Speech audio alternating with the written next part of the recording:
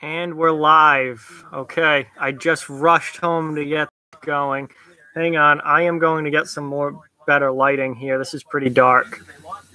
So I'm going to go fix the lighting for a second, and then we should be good to go. All right, that's computer seems to be doing all right so far. Hang on, I'll be right back.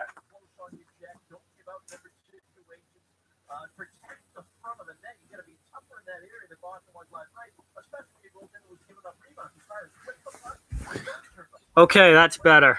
All right, so just rushed home for this from band practice and got home in time for the start of the game, which is fantastic.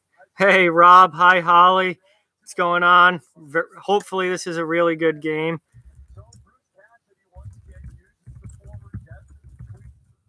Going to put my normal beginning message in this for all the people that think I'm going to show the game.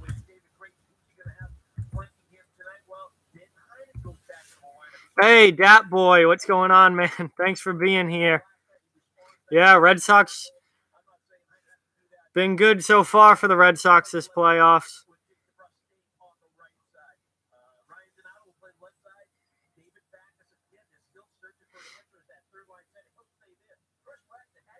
Nice, Dat Boy. I just got home, so I don't even know what's going on with the Red Sox game right now.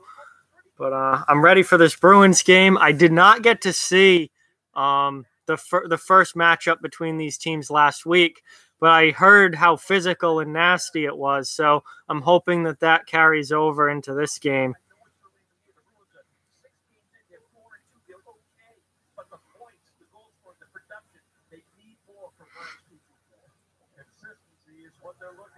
All right, cool, Dat Boy. Appreciate it.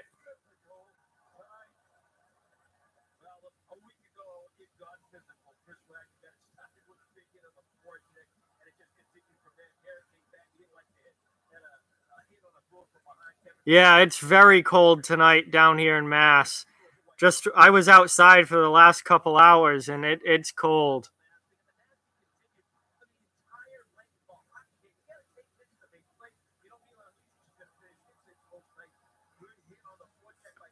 Very, very hockey-like weather.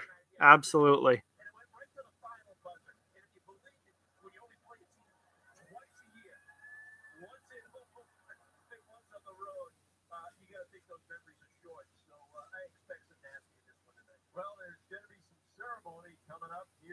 Yeah, this is Edmonton's first home game of the year. This is their home opener, believe it or not.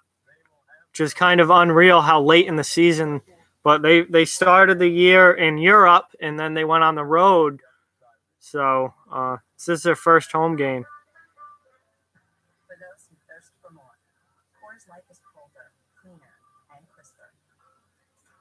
Hey, Sean, thanks for watching. We got an Edmonton fan here. That's cool. I'm sure there'll be plenty more throughout the night. That's cool. Welcome to the stream, man.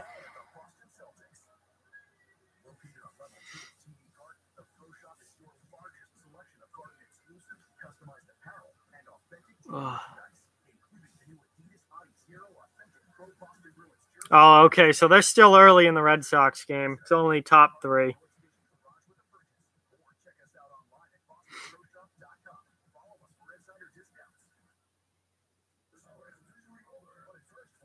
Yeah, I feel like today just was a cold day pretty much everywhere. I mean, this was our first, tonight really is our first really cold night around here. We're definitely getting below freezing tonight.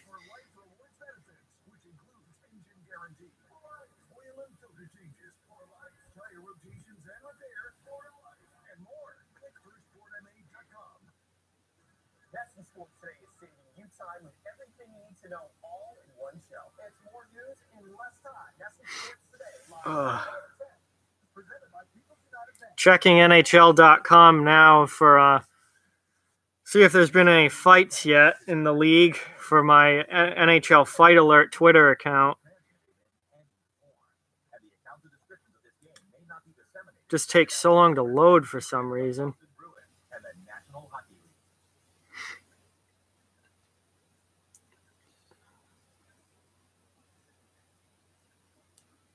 So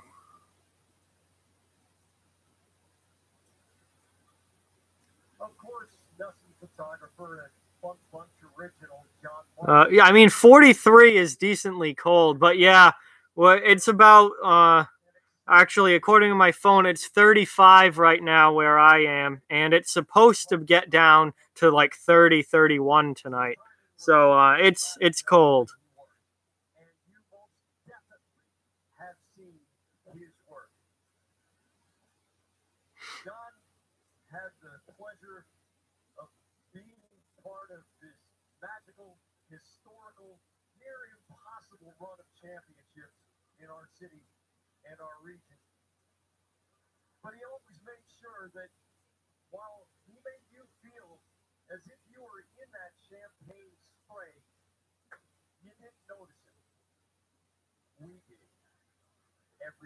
Well, yeah, we might be colder. It's pretty cold here right now. Oh, we got a Red Sox home run here. That's nice. Red Sox could close it out tonight. Yeah, we did have a fight. Pavel Zacha and Nikita Zadorov in the Colorado-New Jersey game. Okay. So I will put that on Twitter right now.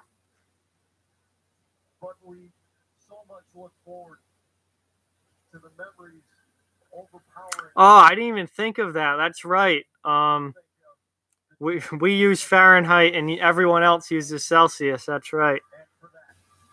I didn't even think of that, but I have no idea how it matches up. Other than I know that freezing is 0 degrees Celsius and it's 32 degrees Fahrenheit.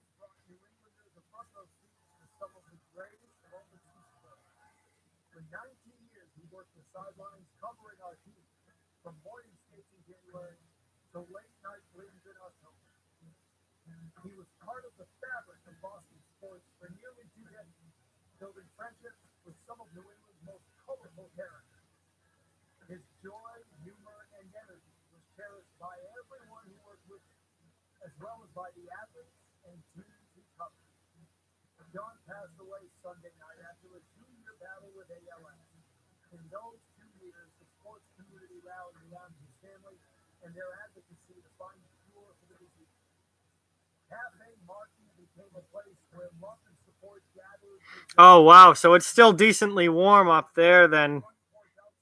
That's interesting. Yeah, we've got it cold here.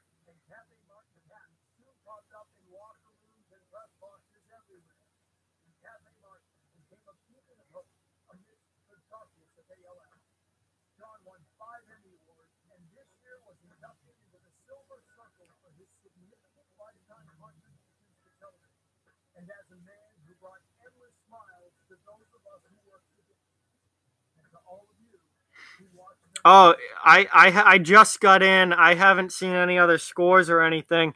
Murray is shutting down the Leafs. That's awesome. That's awesome. It's about time someone shut down the Leafs.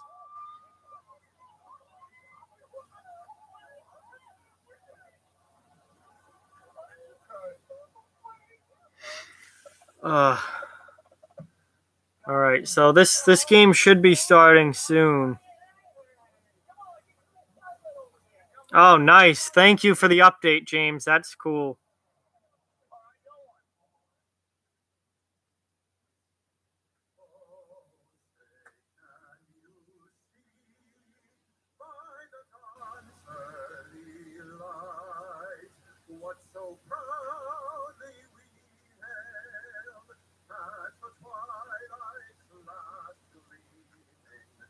All right. Anthem's going now.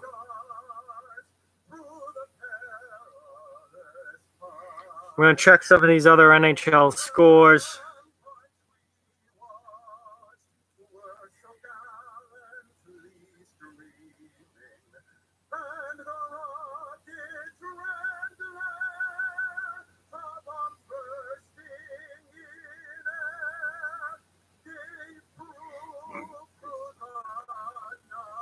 All right, so the Penguins are up 1-0 on the Maple Leafs in the third. That Avalanche and Devils are tied 2-2 in the third.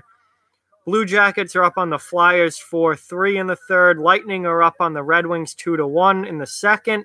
Jets are up on the Canucks 1-0 in the second, and the Coyotes are beating the Blackhawks 1-0 in the first. Boston and Edmonton are starting real soon right here. Islanders and Kings are at 10:30, and then Sabres and Sharks are at 10:30. Pretty good night in the NHL tonight. I definitely think that this Bruins-Oilers game is going to be one of the best ones of the night, though. This Pittsburgh and Toronto, too, but Boston versus Edmonton should be a dandy as well.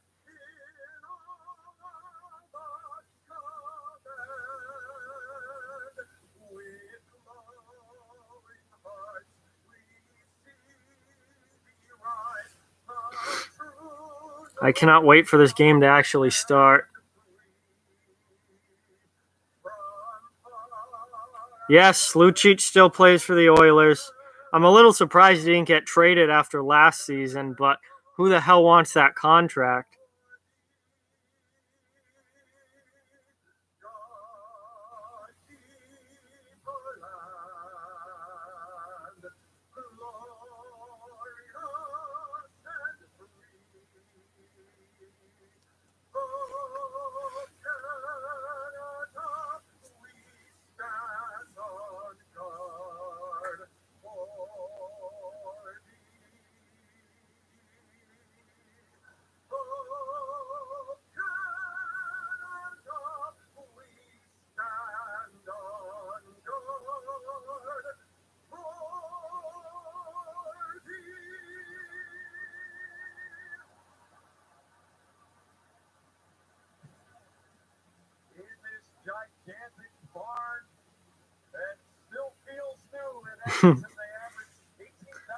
All right, anthem's done, and we are getting ready here for hockey.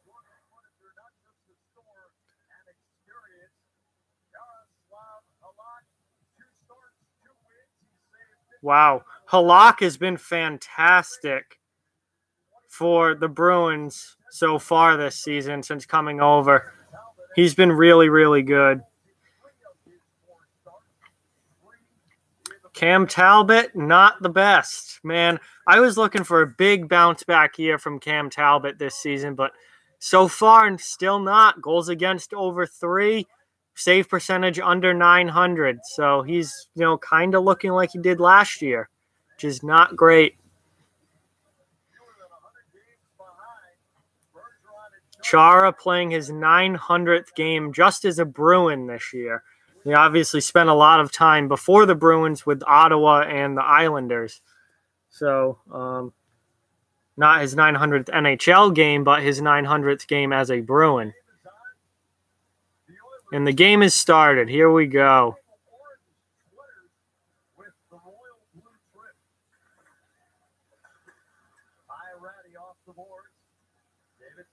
So, Boston dumps the puck in early. Yeah, I agree. If he can get his save percentage up to like between 915 and 920, he'll be in much better shape. Wow, McDavid just rifled a shot just missed the net, right by the post.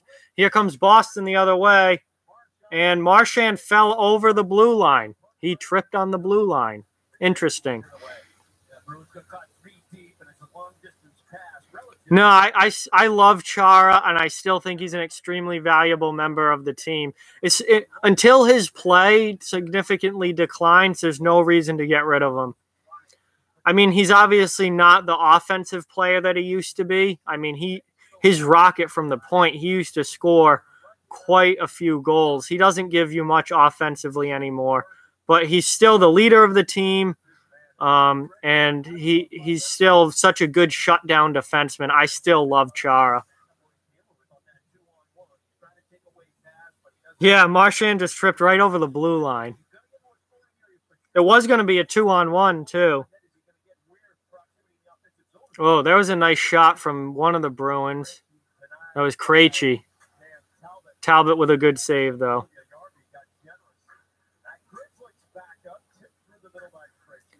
So Boston got worked by Calgary last night. So I'm thinking that they're going to come out with a little bit better effort than they had last night, because Calgary that game was Not good. Calgary just outplayed them the entire night.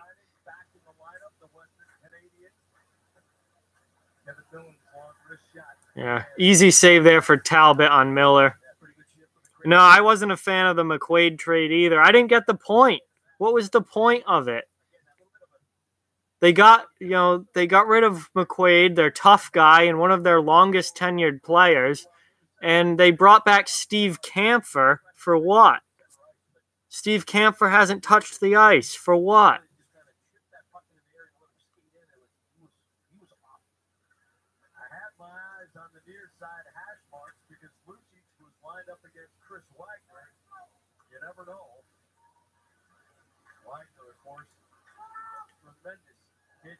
Oh, that was a big hit.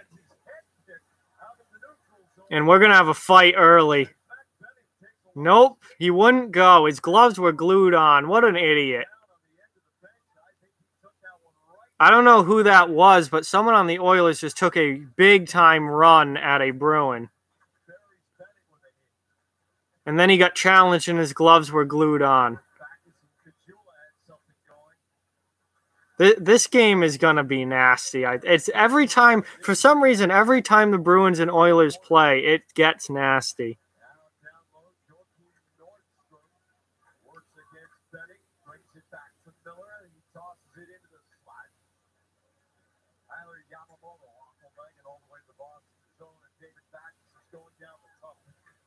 Yeah, there's been almost no fighting this year. It's ridiculous. It's embarrassing. Nobody wants to fight. Everyone is turning down fights left and right.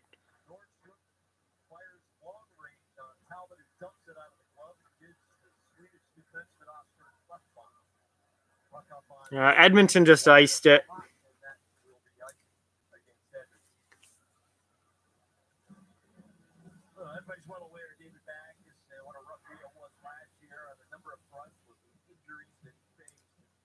Yeah, it was Backus who someone took a run right at Backus. That was Benning, I think.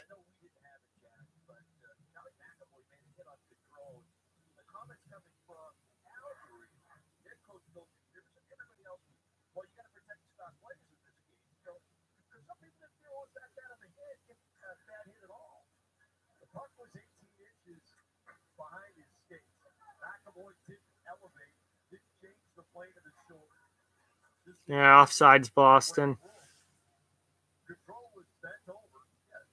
Yeah, I wish there were way more fights. At least one like every other game. The way it was like in 2008, 2009 around there. That was fantastic.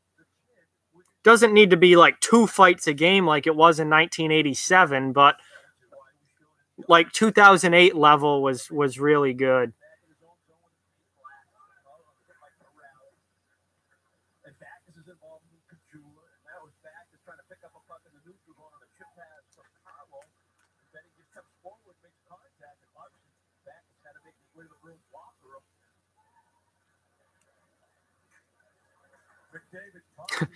Two fights a game. I mean, that's the only time it's ever been like that was really the mid 80s.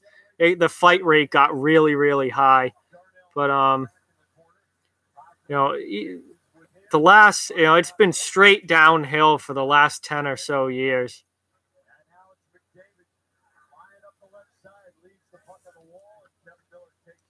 All right, Boston gets the puck out.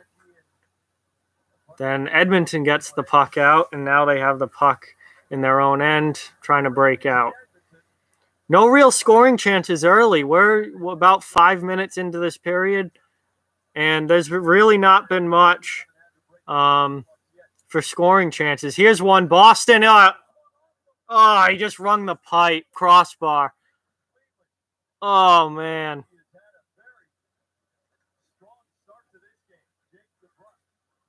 Boston with a 2-on-1, and Krejci rung the crossbar. No, Craig and Sheila broke up. Damn. That's unfortunate.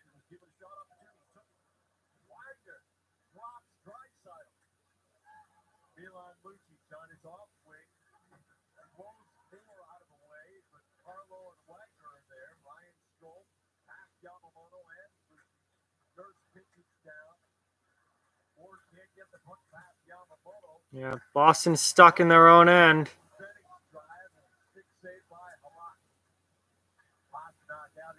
And the puck goes out of play.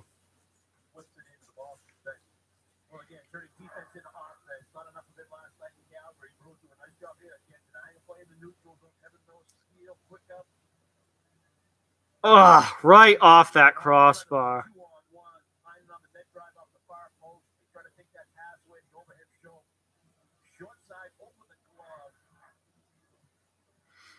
Yeah, Rob, that's from a Geico ad about Craig and Sheila breaking up. And yeah, McDavid's speed is unbelievable. He is so fast.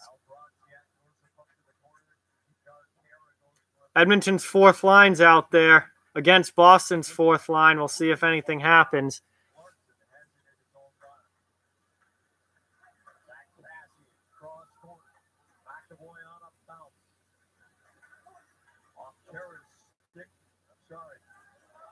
Yeah, the Meerkat commercial. Yep. Nice.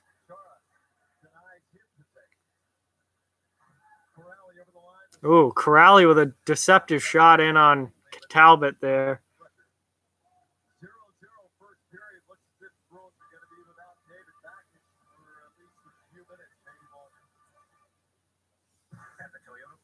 First commercial break now. I haven't even gotten the chance to share this on Facebook yet, which I will do right now as it's on commercial.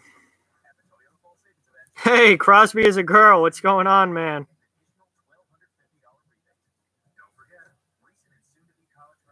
Thanks for watching. Appreciate it.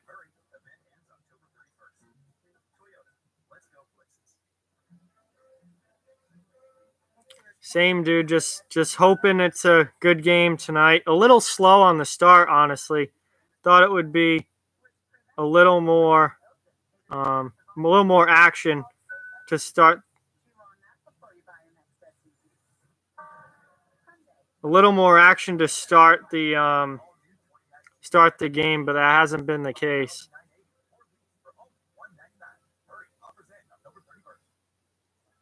All right, let's see. Get this link shared so more people can watch, hopefully.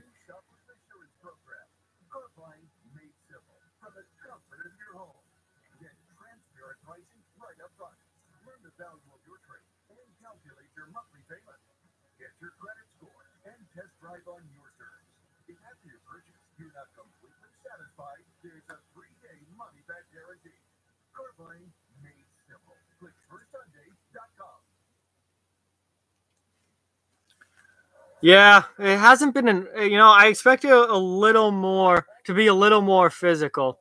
I thought that both teams were going to come out like playoff style, like banging because of the way that last game went. But I guess it seems like it's going to take a little bit for this game to heat up. Pittsburgh's still beating Toronto 1-0 with only 4:40 left in the game. So there's a score to watch.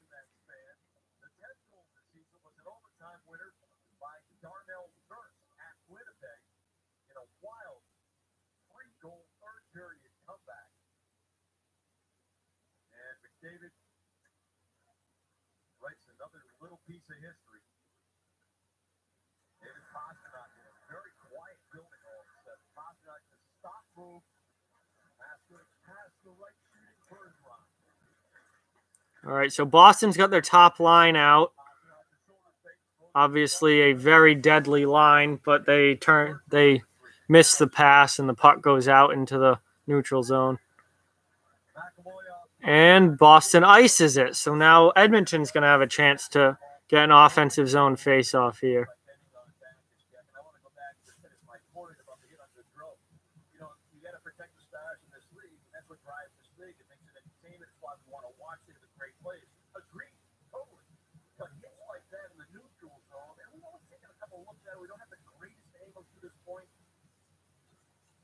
Nice. All right. Penguins are beating Toronto. That's good news for me.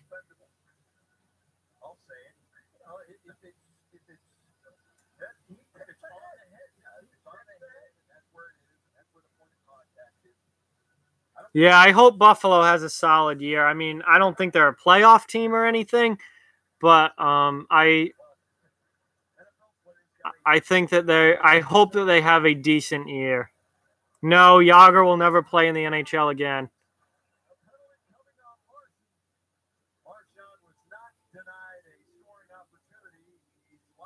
So, all right, Larson just took a penalty on Brad Marchand. Brad Marchand was in alone, and he took a penalty.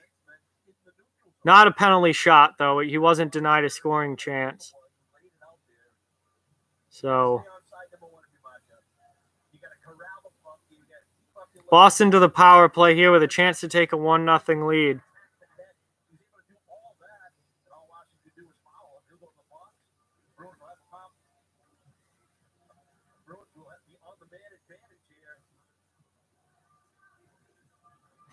Yeah, Yager's done. He's just so old at this point. Yeah, I don't think Buffalo makes the playoffs this year, but I do think that they're a franchise on the right track.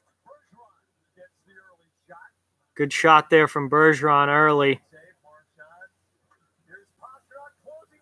Oh, Pastrnak right across the crease, and no one was there to put it in. Oh, yeah, easy save there for Talbot.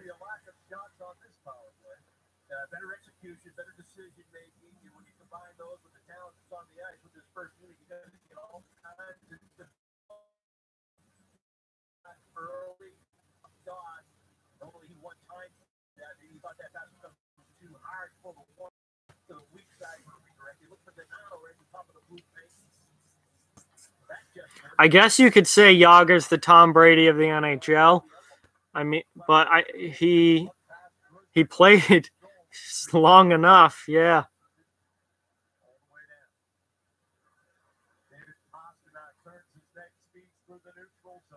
All right, Boston gets into zone. They just got to get good control of the puck here. Yeah, Edmonton clears it.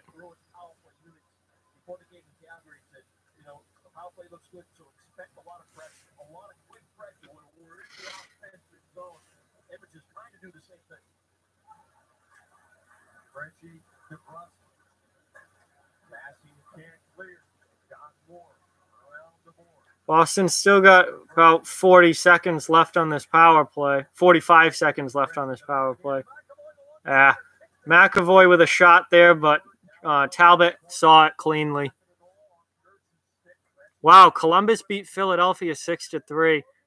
I have not been impressed with Philadelphia this year. I thought they were going to be a lot better than what they have been. And Edmonton clears it again. That will just about do it for the power play. But I think Philadelphia has been pretty disappointing so far this season. 2-0 Penguins. All right, there's a loss for Toronto. Fantastic.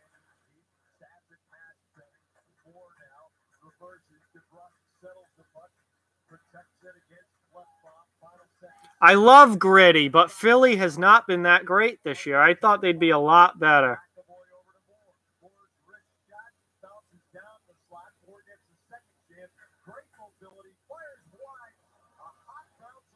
All right, so Boston was still some pressure in the offensive zone.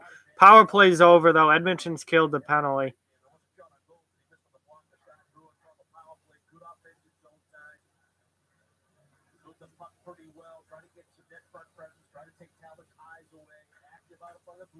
Ooh, that was an interesting bounce off the end boards there that Talbot had to handle.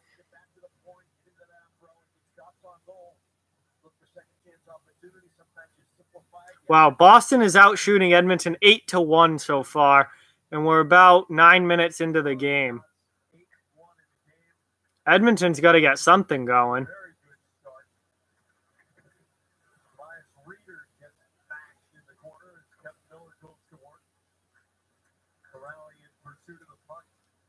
Well, Miller just took that puck right away from whoever that Oiler was.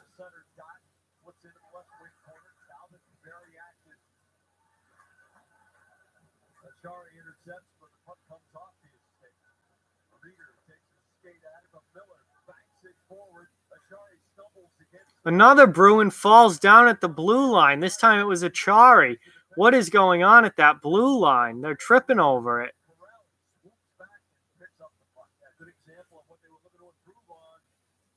Yeah, congrats Astros. Yep. At least they won a World Series last year, so it's they did something good recently. Nice save there by Talbot on Bergeron.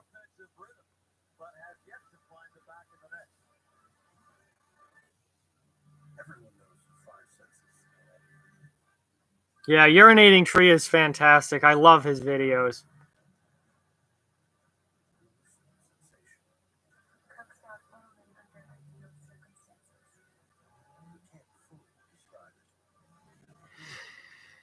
Oh, man.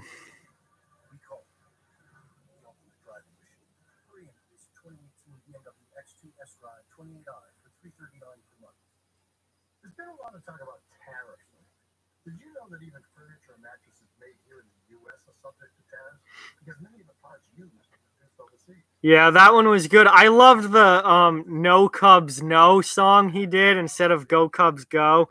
That was absolutely hilarious. I was absolutely hysterically laughing during that song, just shredding the Cubs.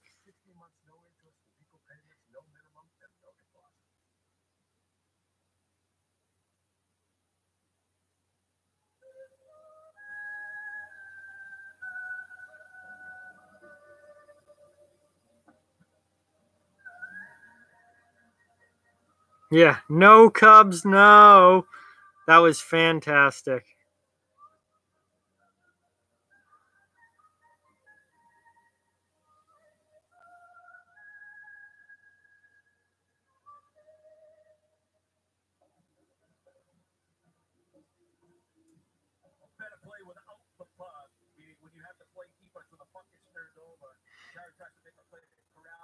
All right, here we go. Game's back. They're showing some replays. Puck hasn't dropped yet, but back from commercial.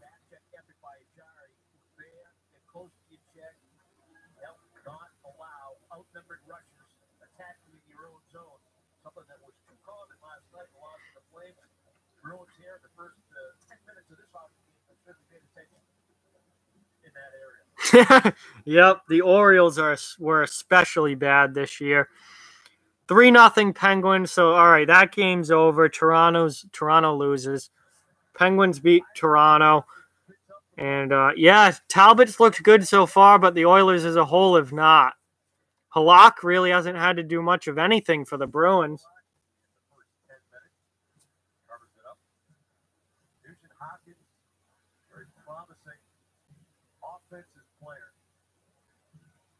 Had a refreshing +10 rating last season after his 4 previous were -12, -12, -9, -10.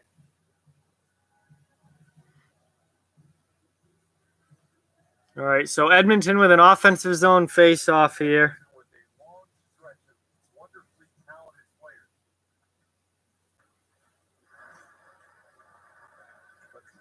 Yeah, Pittsburgh hasn't been bad so far. They've been fine.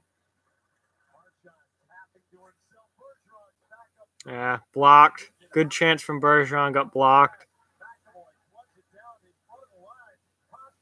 Yeah, that was a lousy pass by Pastrnak.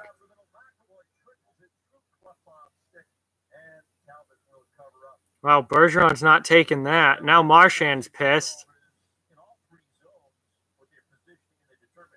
I really thought this game was going to have some more edge to it than it has.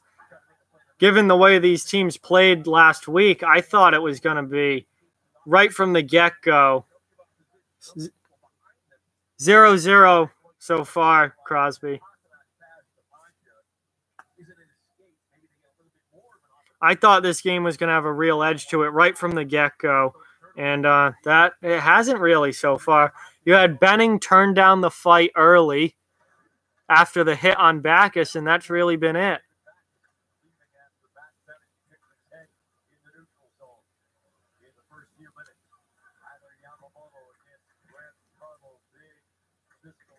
Yeah, this game has not been as exciting as I thought it was going to be. So it's still early though. We're only 11 minutes in. It's got plenty of time to heat up.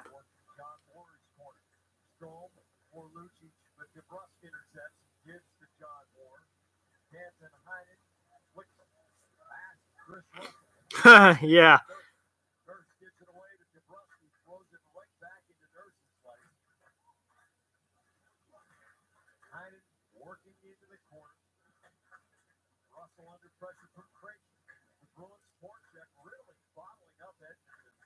Well, Edmonton is struggling to even get the puck out of the zone. Now they do.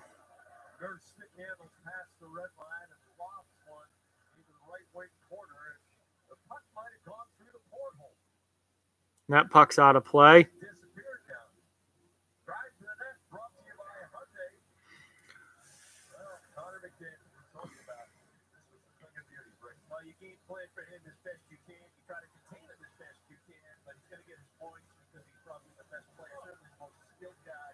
Oh, McDavid is so good. Absolutely filthy.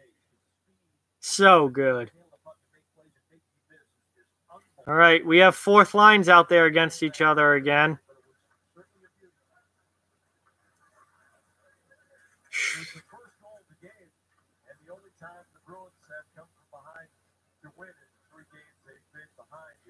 Okay, cool, Holly. I'll check it out at probably at intermission or the next commercial break.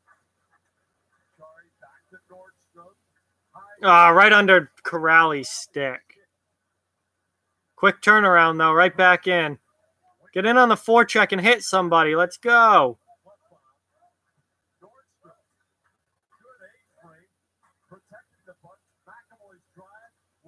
Oh, that wasn't as close as I thought.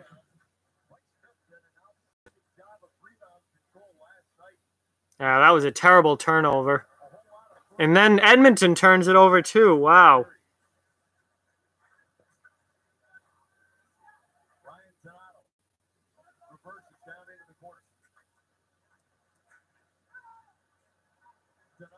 Ooh, Donato almost just got absolutely leveled.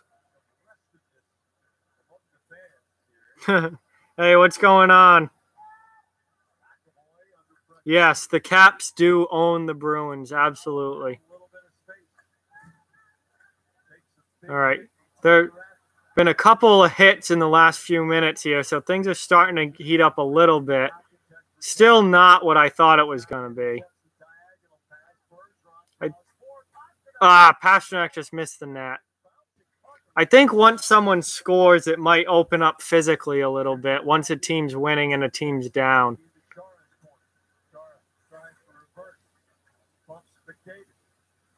It is 0-0. Yeah, New Jersey is undefeated. They've been real good so far. Surprisingly good. I just did a video on them the other day. Actually, I think it was yesterday.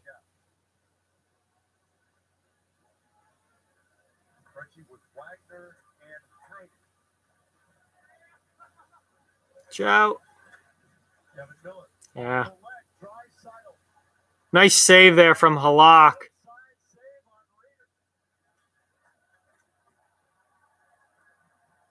Edmonton with a strong push here. Their first real sustained offensive zone time this game. And they give it up. And here comes Boston. 3-on-2. And they turn it over. So here comes Edmonton back the other way. Nice save again by Halak. That was a good one.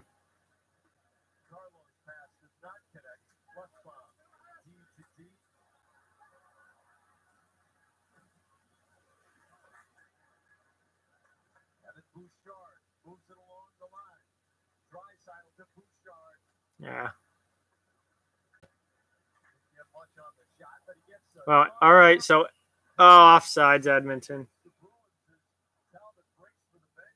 Oh, no, not offsides. A penalty. A penalty to Brandon Carlo for holding. So, Edmonton's got a power play when the game comes back.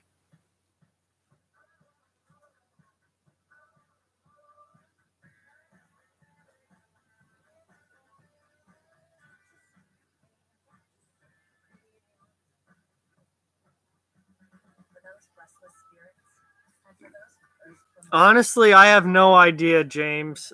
You would think that a guy like that would probably play his whole career in Edmonton, but like you pointed out, Edmonton traded Gretzky, and in the salary cap era, it's a lot harder for guys to stay on one team their entire careers. It just doesn't happen as much anymore.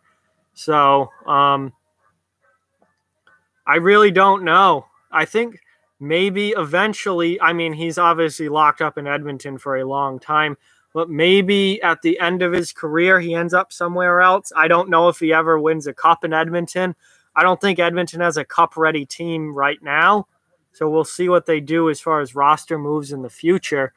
But that's an interesting thing to watch. Will McDavid play in Edmonton forever or not?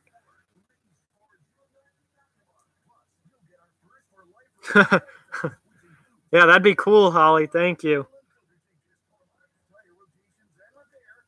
Yeah, I mean, it was dumb yeah, it was pretty dumb for them to trade Gretzky, but yeah, I'm surprised that New Jersey's this good as well.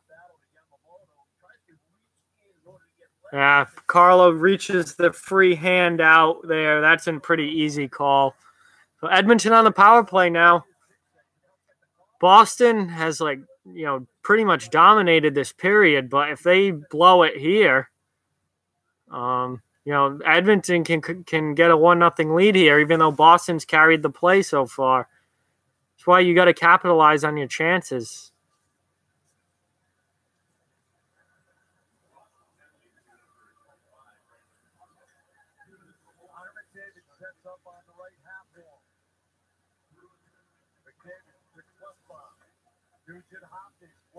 I'm not saying New Jersey's going to win the cup. They've played much better than I expected so far. That's all I'm saying. They've been really good, a lot better than I thought they would be.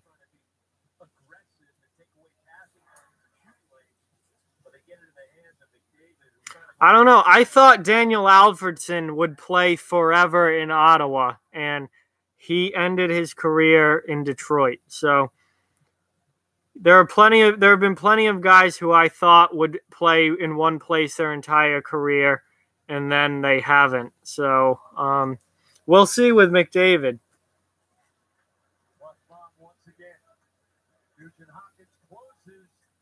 All right, here's Edmonton. They haven't gotten much going yet on this power play, but it's only 30 seconds in.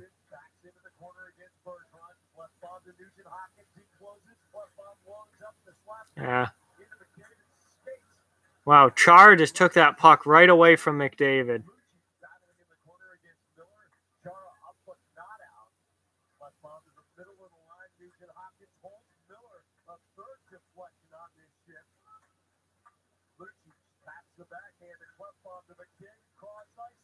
Oh, Colorado is now beating New Jersey, so maybe New Jersey will lose this season.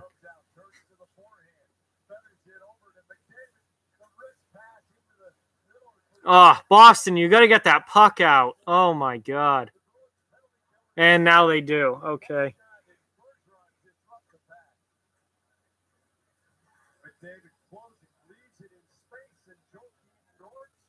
Yeah, I don't think Edmonton's going to trade McDavid.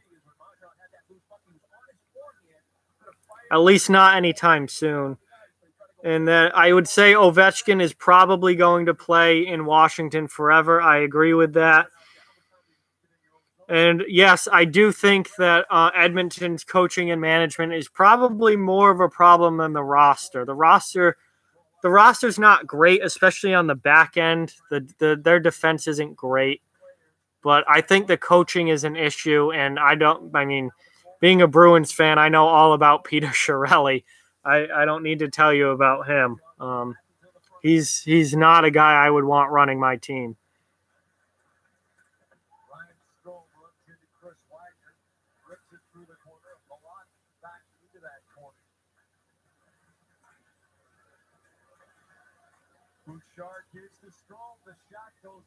And Boston kills the penalty. So each team has killed one penalty, so far.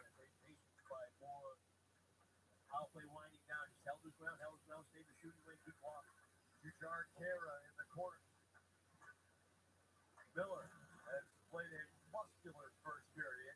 DeBrusque gives to John Moore, who has been showing off his mobility. Frenchie up the wall, over Jack Passy in there. Passy swivels it to Nurse, who punches it forward. Miller on the tight tart, takes it to DeBrusque. DeBrusque over the line. Yeah. Boston enters the zone and then turn it right over. Is Vegas going to make the playoffs? Yes, I do believe Vegas makes the playoffs. Oh, Cassian just leveled Grizzly.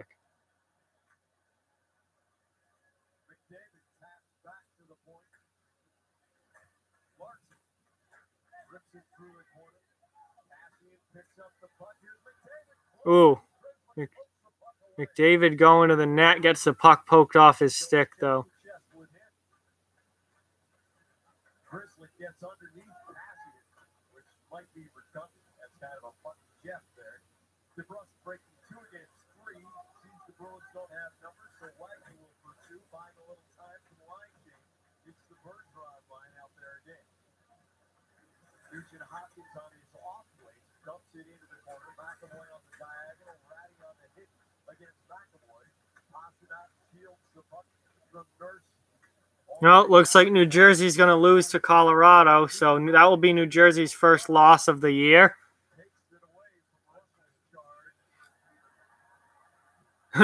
that boy's tired.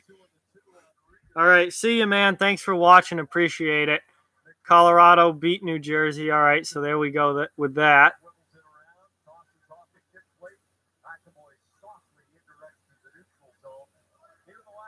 40 seconds left in this period. Still no score.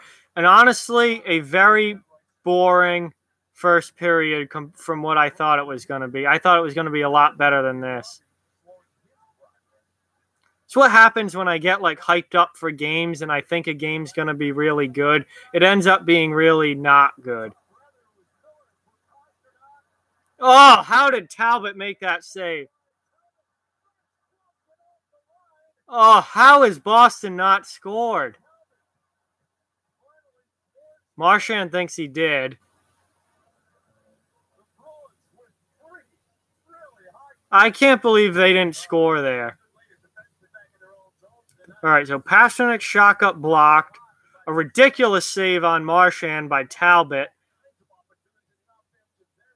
No, that never went in. No, that I don't know what Marchand was complaining about. That never was close to going in.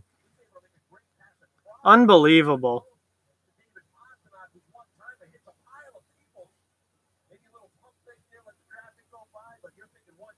Wow, Talbot has been really good in this first period for Edmonton.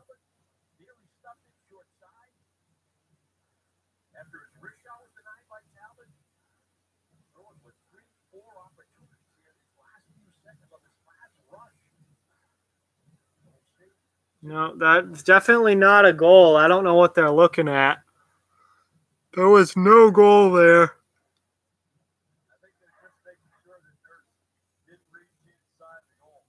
No. Not even close.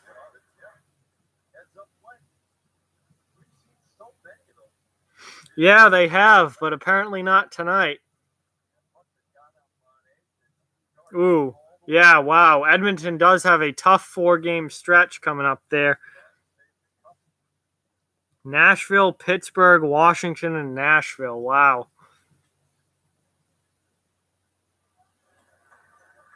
Final 10 seconds of the period. Strokes the puck down the ice off the stick. No icing. Ooh, McAvoy just took a big hit from Lucic.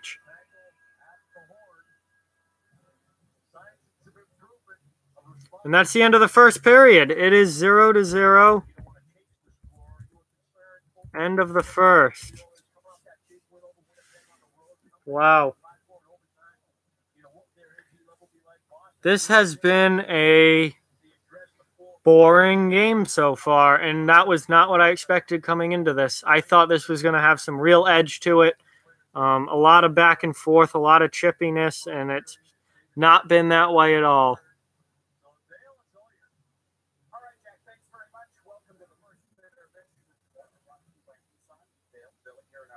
Tessie Studios, as Rick and Jack were just saying, a much better start than what we saw last night. Yeah, significantly better. We sustained from. Well, long fourth inning with the Sox game there. But for the most part, the way that the Bruins attacked that period, four lines getting after, physically beating the ball, it was just much more. It was a smarter period. You like the wall play and winning back. Yeah, I like the way where they put the puck. They put it in the good areas where they can engage in the first man vortex. All right. I'm going to go grab something to drink, so I am not leaving. I am just going to be gone for a minute, not even a minute here, just a few seconds. So I will be right back. Don't go anywhere. I will be right back, just getting something to drink.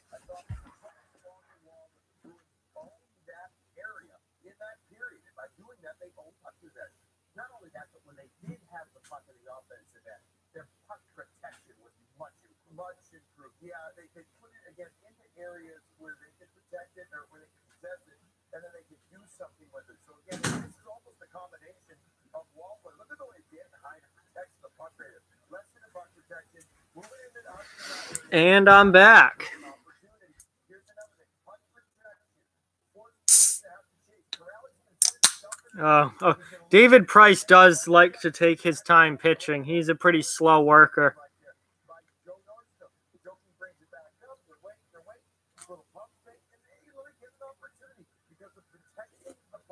You know, you talk about guys not always being the biggest out there, but you have quick feet, you got good hands, and you have the ability to keep the defender off, keeping your arms up. That's fine, Rob. Not a problem. Thanks for being here, watching. Appreciate it. We saw the Bruins do that numerous times in that period, and again, repetitive, but they own puck possession. We've got plenty more to come on this first intermission report, brought to you by Nissan. Up next, Alex Kramer goes one-on-one with Nola Chari. As Casey would say, you know what it meant stale if they hit the post? They missed the bleeping net. This Bruins first intermission report is brought to you by your local Nissan dealers. The puck drops here. Welcome to Bruins Face-Off Live. Exclusive access. I'll be back. All right, cool, man. Yeah, that's my problem. I can't really watch baseball because the games are so long. I can't sit down for 5 hours and watch, a sport that really isn't all that exciting to begin with and has a lot of downtime in it. And like baseball, I can't sit there for 5 hours and watch that.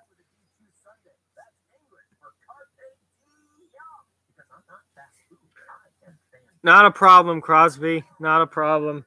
Just appreciate you being here and watching now, man, for sure. Yeah, baseball needs to find a way to shorten the games.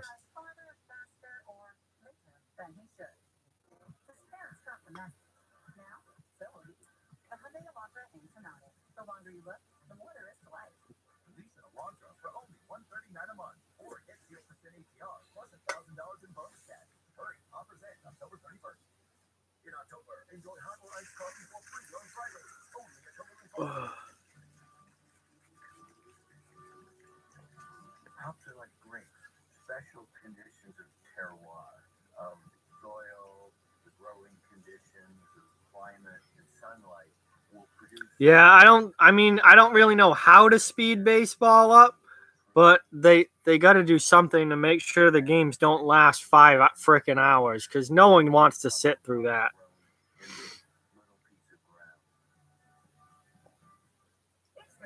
All right, see ya, Holly. Thanks for watching. Appreciate it. And you sent me that thing on Twitter. I'm going to go look at it right now.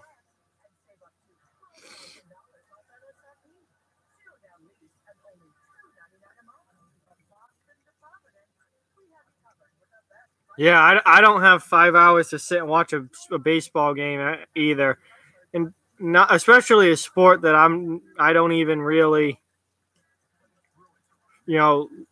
enjoy watching all that much.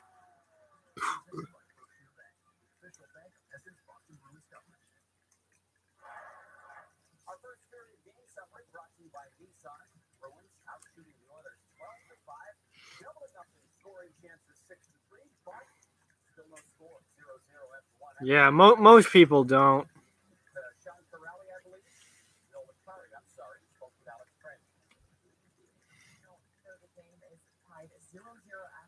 Is this the kind of response you guys were looking for following last night's loss? Yeah, I think it was a good period overall for our team and bounced back from last night and just going to keep getting shots on. You guys have been very solid defensively with tremendous back-checking efforts to prevent those odd-man rushes as well as been very aggressive on the forecheck.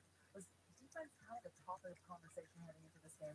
Yeah, definitely. I mean, we want to tighten up our D-zone, especially after last night, and making sure we're good on the forecheck. We're trying to keep away from the goalie, where last night we kind of put it right to them. They were quick to get out of the zone. Really? Oh, Ron, I haven't even noticed that, honestly. Interesting. I had no idea. I haven't noticed that at all.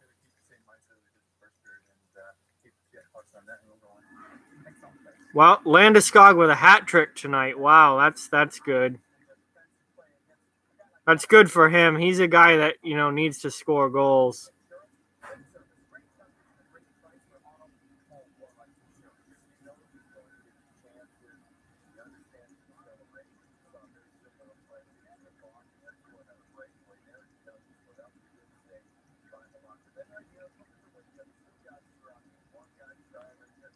I'm not from Boston, but I'm from Massachusetts, so I'm not a bandwagon fan. All the Boston teams are my hometown teams.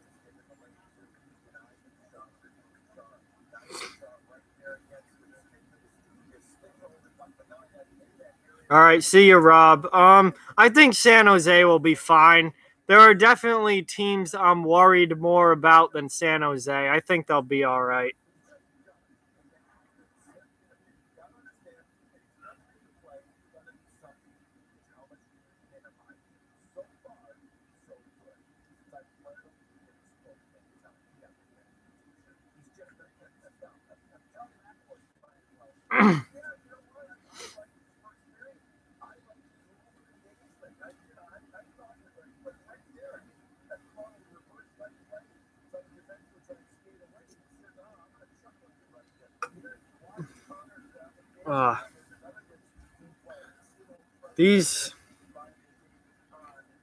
It's 10 o'clock here now. We still have 2 periods to go. These late games are pretty tough. Usually, the game's ending right about now. I'm getting ready to go to bed, but not tonight. These late games are tough.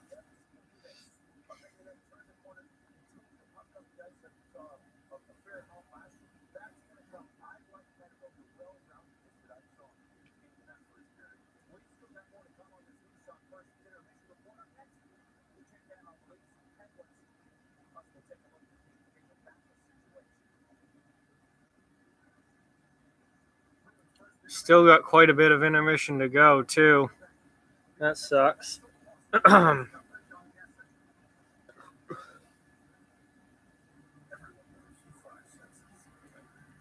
Oh, man.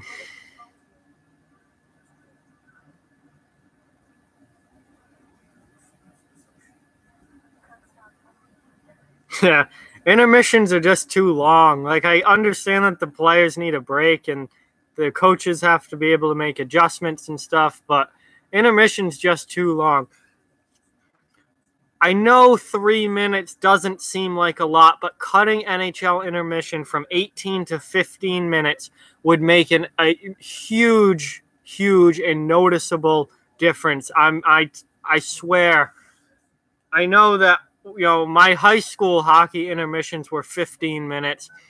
And it just, even though it's only a 3-minute difference, it feels so much faster than the 18-minute intermissions that NHL has.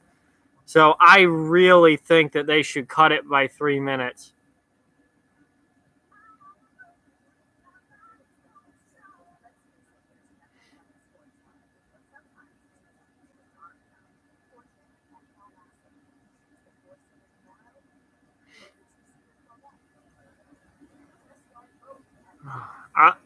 I'm surprised at how kind of bland and boring that first period was. I thought it was going to be like rock'em sock'em hockey, given the way that these teams played last week, and it just wasn't that at all.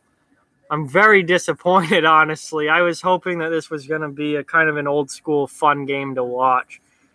Unfortunately, that's not been the case. Welcome to the new NHL. Boring, boring, boring. We don't want fighting. We don't want hitting. We want to put everybody to sleep.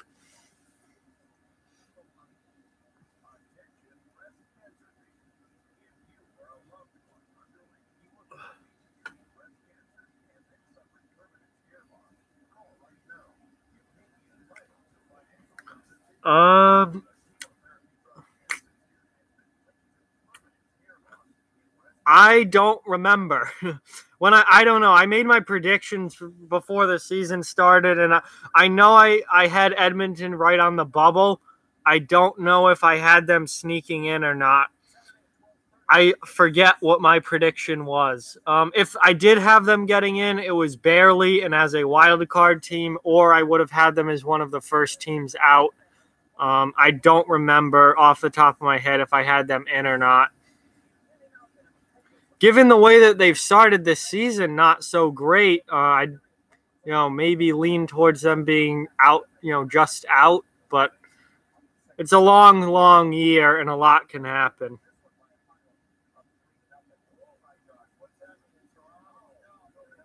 Wow. Toronto getting shut out. I'm sure everyone's going to go nuts about that.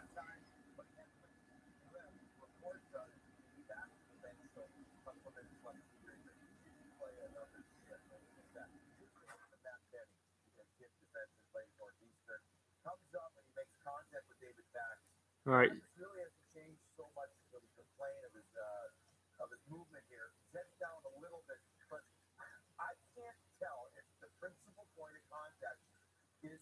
Yeah, they're talking about that Benning hit on Backus now. The biggest thing about that is Benning got challenged right after and didn't do anything about it. He wouldn't drop the gloves.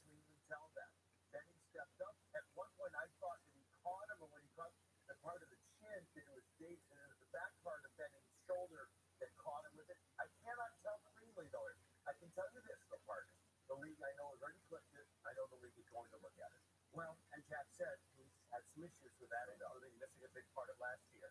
That'll do it for the first intermission report after the break. We get you back to Jack Evans, Andy Brickley, and Alex Brent. This Bruins first intermission report is brought to you by your local Nissan dealer.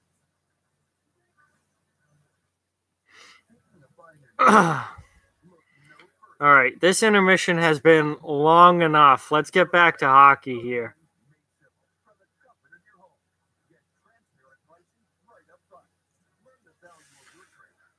I want to watch hockey, not First Hyundai commercials, and this is probably a regional ad, so I don't know what's on for commercials with you guys, but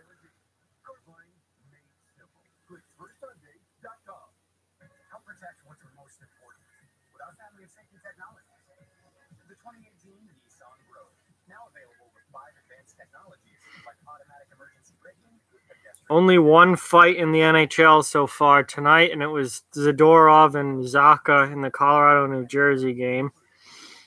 Nothing in the Philadelphia-Columbus game. Wow. Vancouver and Winnipeg, nothing. Boston and Edmonton so far, nothing. Islanders and LA, that's a game that could potentially have a fight. That doesn't get going until 10:30. We'll see.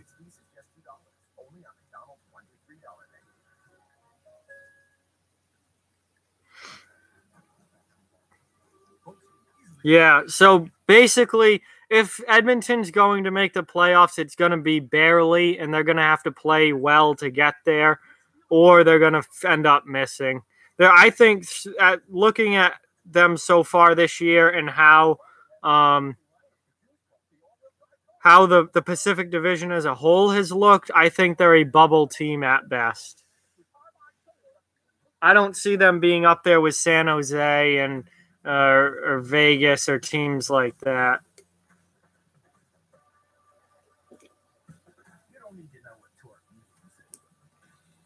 Vegas got off to a very bad start, but they're starting to look a little bit better the last couple of games. So seems like they're turning things around a bit, which is good. Or bad if you don't like Vegas, but for Vegas's sake, it's good.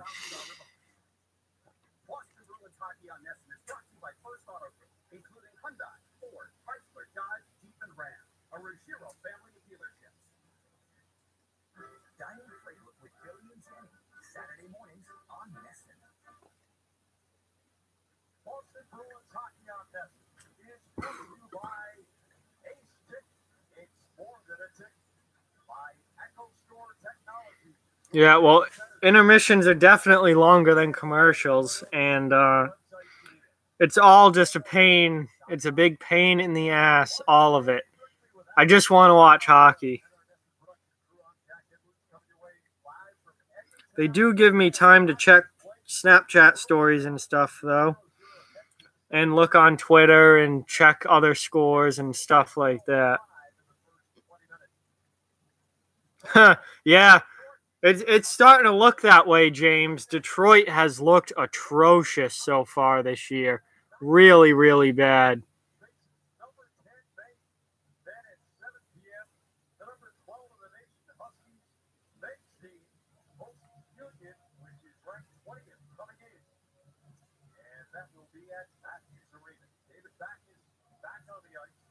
All right, so Backus is back on the Bruins bench. So that's good.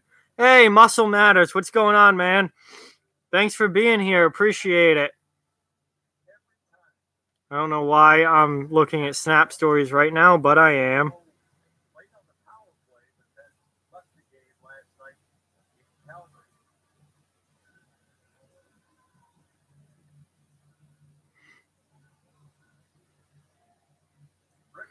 Maybe things...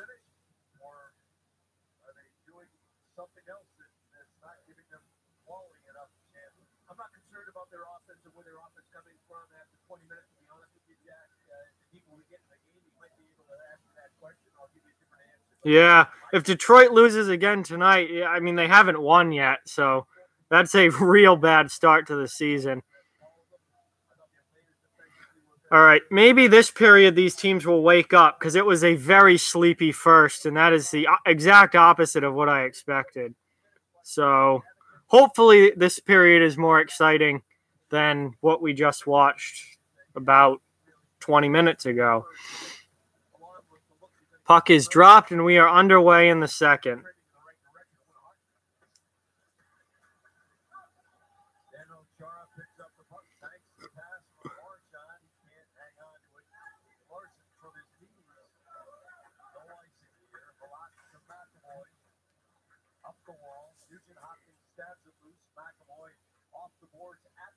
Yeah, Devils lost to Colorado tonight, but going into tonight, they were undefeated. So, yeah, very good start for New Jersey, and certainly surprising. The other thing you have to factor in, too, is Edmonton wasn't great in that opening period. You got to expect they're going to elevate their game here in period number 2. Wasn't a lot for fans to get excited about. They're looking for something to get excited about. They had a couple of surges in that first period. Nurse tries the short side, but Palat cuts to the one. So Edmonton with some good pressure early. I would expect a much better effort from the Oilers in this period than what we saw from them in the first. I haven't heard anything about Krug, so I don't know. If I hear anything, I'll probably do a video on it, and certainly talk about it at some point. But I have not heard anything about Krug.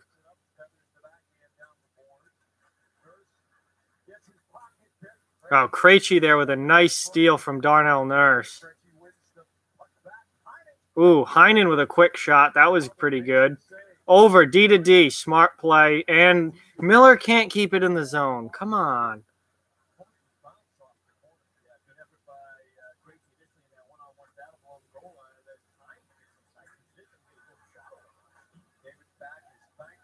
All right, so Backus is back on the ice, so that's good news for Boston.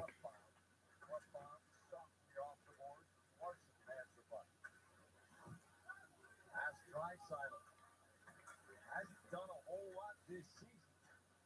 That is $8.5 million on the salary cap, Brett. Widener looking for Backus. Bouchard banks the pass to Stroll. Buckbaum makes a nice adjustment.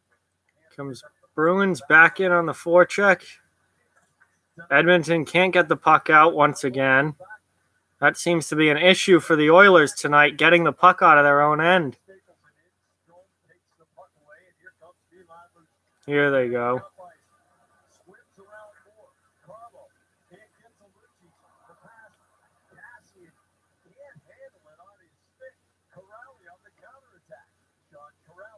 Smart pass there from Corrali.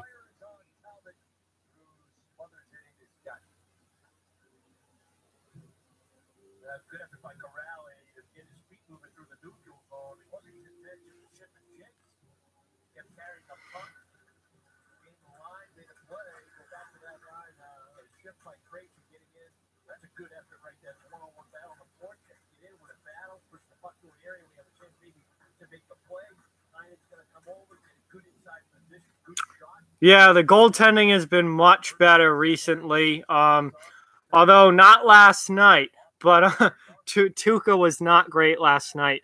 But overall, it's definitely been better. And honestly, Halak has been much better than Rask. Rask hasn't been great. Halak has been really, really good for Boston.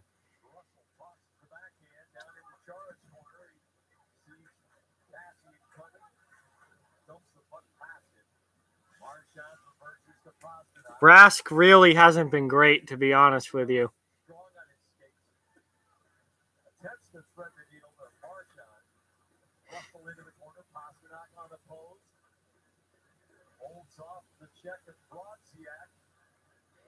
This has been a weird game. So this game, oh wow, big hit there.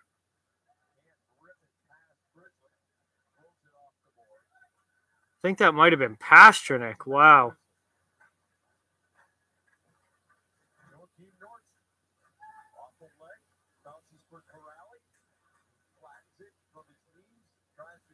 Turnover by Boston. Yeah, the Bruins are getting their road trip done early. So that's good. The only place Western Canadian city they'll have to go to after this is Winnipeg. Winnipeg's not on this no, they don't play in Winnipeg on this trip. But they're getting most of it done with most of their Western Canada stuff done right now, which is, early in the season.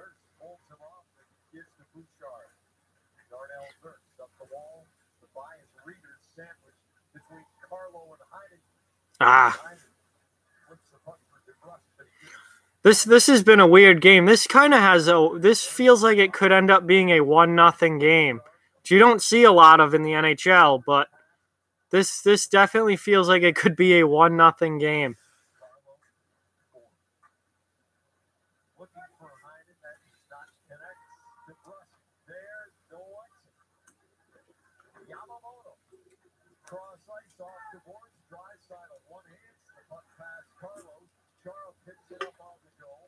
That's a pretty good goalie tandem. I mean, Matt Murray's back, so DeSmith probably isn't going to play as much, but you got Carey Price.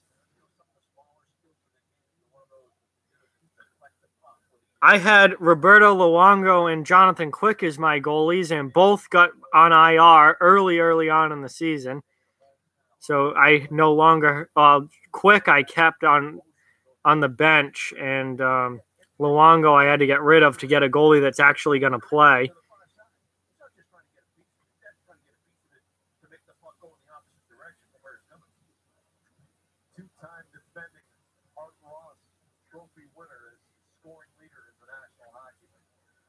Yeah, this has been a weird night tonight. Also, still only one fight in the league so far. We'll see if that changes with any of the late games. Yeah, Detroit loses again.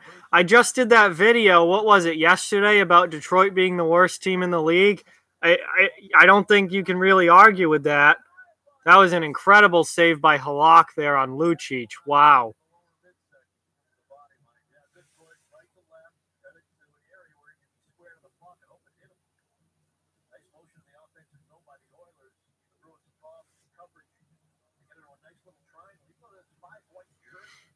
I thought this game would probably have a couple fights, but nothing even close so far. You know, what a weird night so far. Oh, Red Sox are up 4-0. It looks like they're going to put Houston away.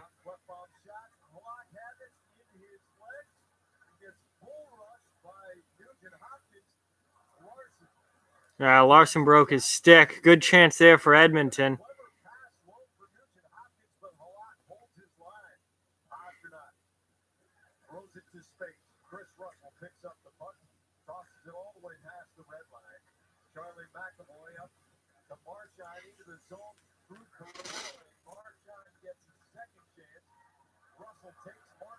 That's going to be a penalty. Yeah, that's a penalty on Edmonton. Tripping on, I believe that's Chris Russell. Yep, that's Chris Russell.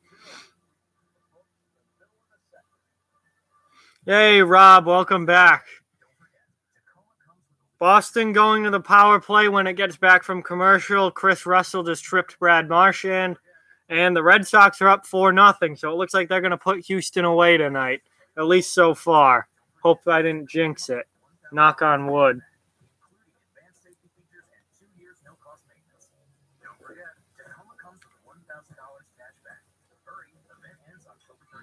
Ugh.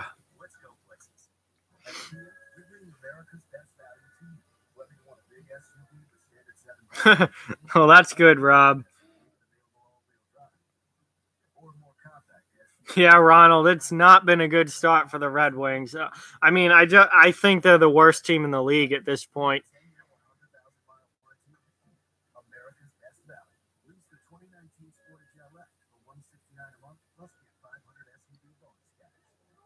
Yeah.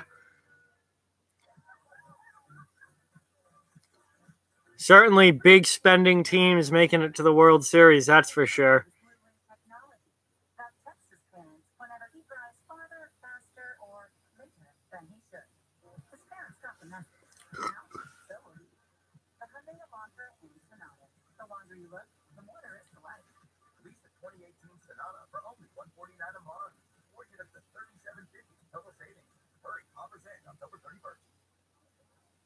Oilers defenseman Chris Russell going to go to the box for this contact with Brad Marchand right in front of the official. Thought that was worthy of a trip. I just looked on Facebook and they're talking about the football game. I forgot that there was even Thursday night football on tonight. I don't think I even set my fantasy lineup. I completely forgot there was even a Thursday night game. Of course, it's like the Broncos and the Cardinals. Who the hell's going to watch that?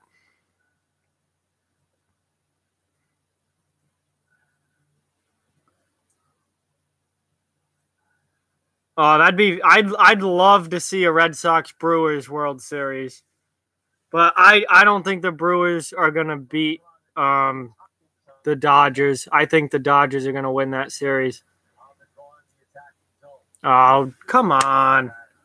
Boston's already blowing it on the power play. And yeah, Arizona versus Denver, who cares about that? I'm sure the ratings for that game are going to be horrendous.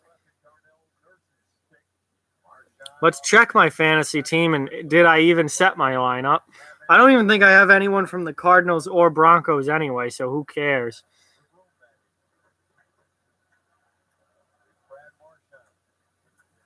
Yeah, I don't, so that's fine.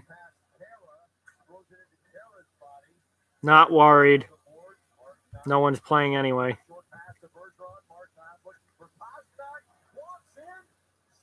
Boston again with a great chance and can't score.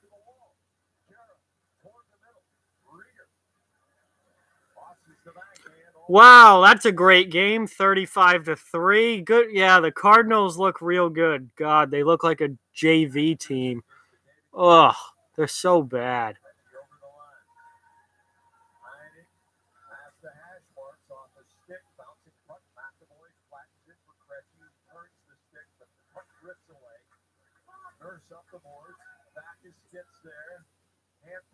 Hand pass called against the Bruins. I'm 2-4 in fantasy football as well. My team's 2-4, and it has not been a good year.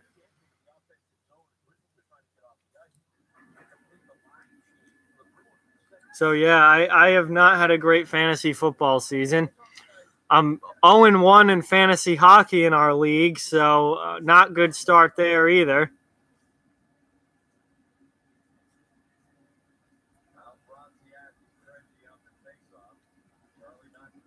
Boston has basically pissed away this power play without much happening, down to 30 seconds already.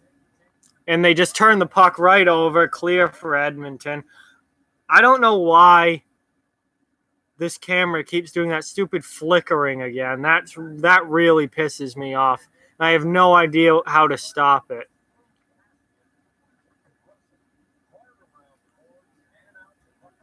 Wow, yeah, Josh Rosen, what a game. God, absolutely atrocious.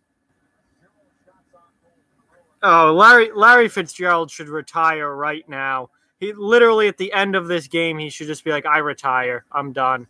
He's made his money. He's all set. He's done.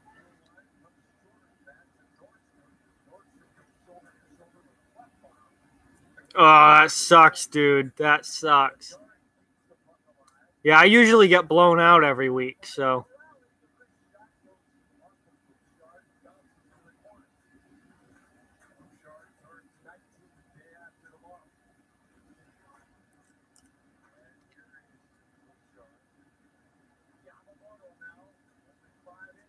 Ooh.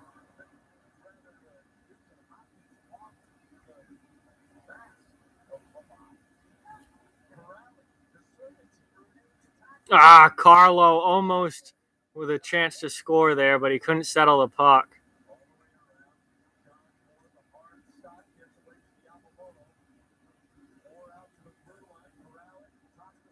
Ooh. Another chance there for Boston. They don't score.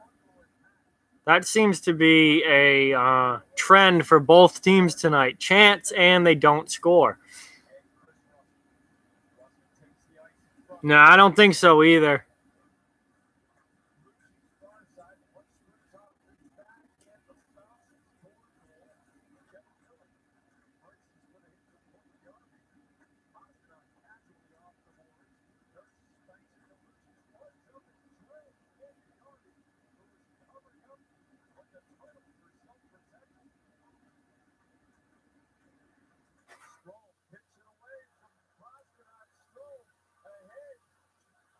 Oh, nice defensive play there from Kevin Miller. Probably just saved a goal. Wow, heck of a defensive play. Break that pass up. Yeah, Moore can't get it out. Miller does. Well, he gives it to Pastrnak, who gets it out.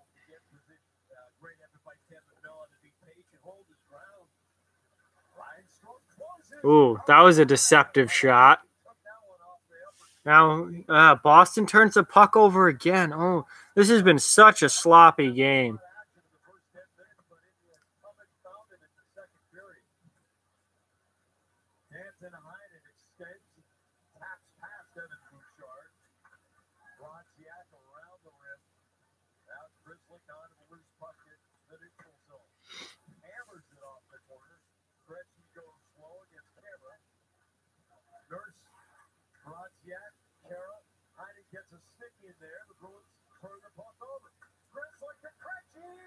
Yeah, Krejci with a nice goal. Beautiful pass from Matt Grzelcyk. 1-0 Boston. They finally score. Finally got a goal in this game. The game's already half over. Finally got a goal.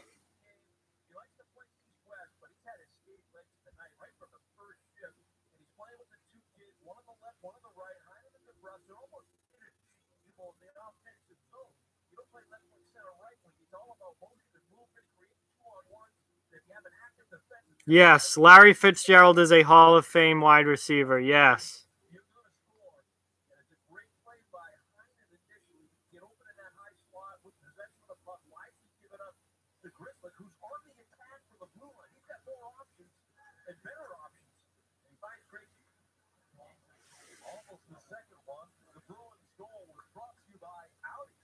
Oh, Boston with another chance here. Good zone time. They got a chance on goal. Like, they're starting to buzz a little bit. We'll see if they can do anything with it and get a second one.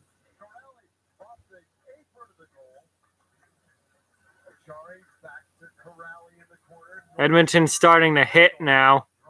I knew that as soon as someone scored, things would pick up physically, but it just took so long for someone to score.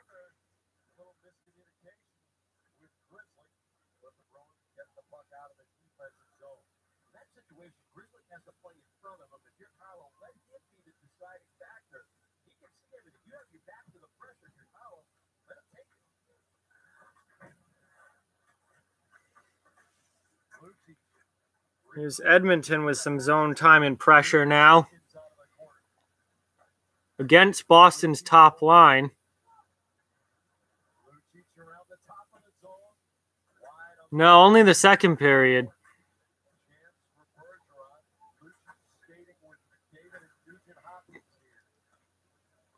Here comes Boston out of the zone, but these guys just spent their entire shift in the defensive zone, so they're not going to have any legs.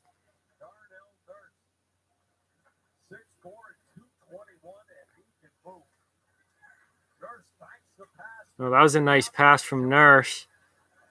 And then Char just gives it away. A lot of turnovers in this game.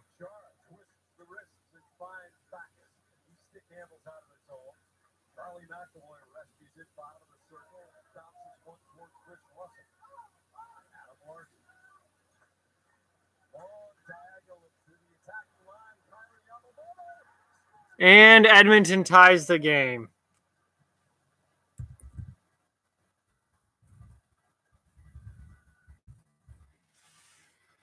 Tyler Yamamoto.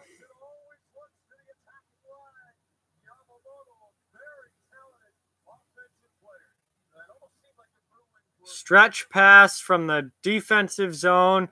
Boston caught sleeping defensively, and Yamamoto top shelf. McAvoy, you cannot make that. You can't let him get behind you. You cannot let that happen. That was not good from Boston defensively. 1-1, Edmonton just tied it.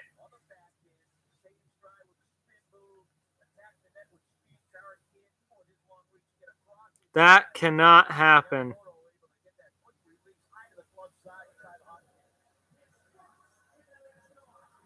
Yes, that is Yamamoto's first career goal. I mean, he scored a lot in the preseason, but that's his first real NHL goal.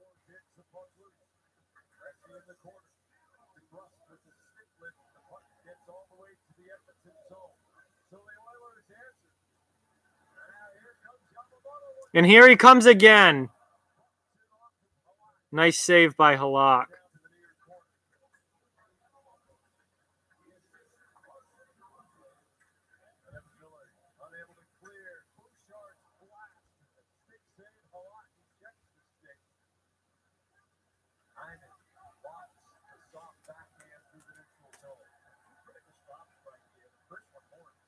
Edmonton's got some life now. That goal got them right back into this. It got the crowd into it, and they're starting to play a lot better.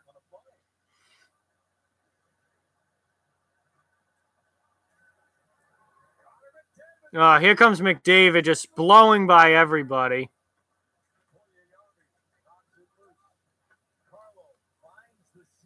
Here comes Boston, 3-on-2 back the other way. And they don't do anything with it. There's a surprise.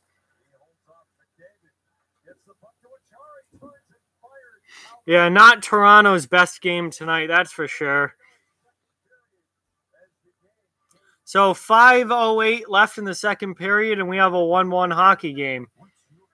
Still been kind of a bland game, and certainly not nearly as good as I thought it was going to be, which kind of sucks. It seems like every time I think a game is going to be something actually exciting and something to get excited about and really want to watch, it ends up not even being close to what I thought it would be. I thought this game was going to have such an edge to it and be so physical, and nope, nothing.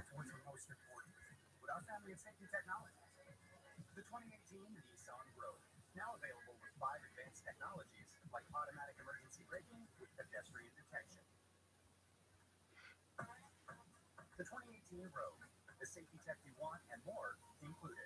Lease the Rogue family for $149 per month, or lease the 2018 Nissan Murano, just $219 per month. Now the most exciting tech you own is in your driveway.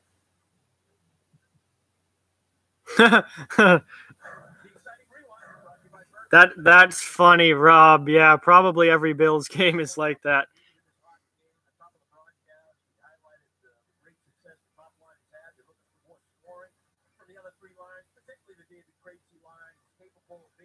I thought this game was going to be so physical and so exciting and so entertaining, and I was wrong.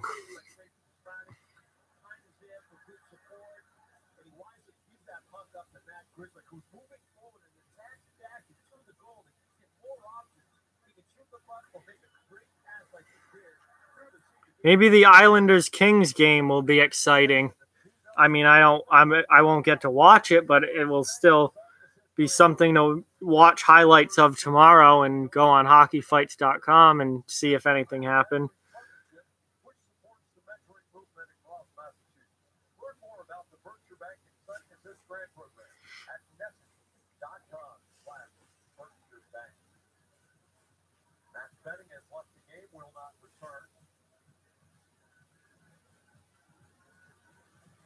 All right, so here's Boston with an offensive zone face-off that they lose. So a quick, easy out for Edmonton, or at least it should be. And it is.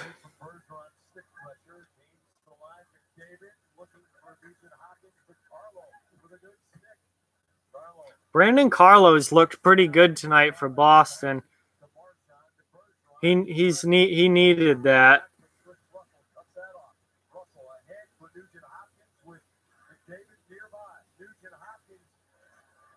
Ooh, that was a solid shot from somebody on Edmonton. I can't see Edmonton's jersey numbers with these color combinations. The blue does not contrast the orange enough to where I can see the jersey numbers from distance. Like when they zoom in on a player, it's easy, but when you're just watching the normal camera angle during the play, I can't read the jersey numbers.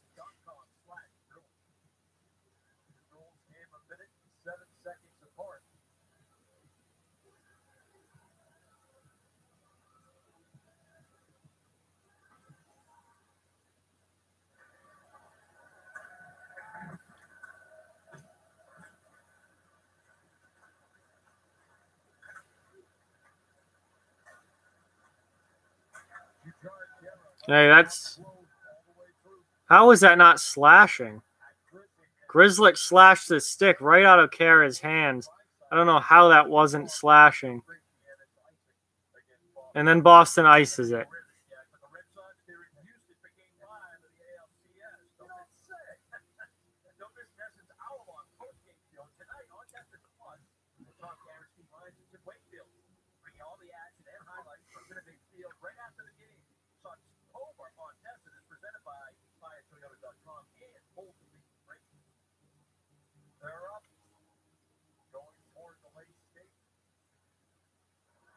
All right, here comes Boston with the puck out of the zone that they immediately turn over again. This game has had so many turnovers.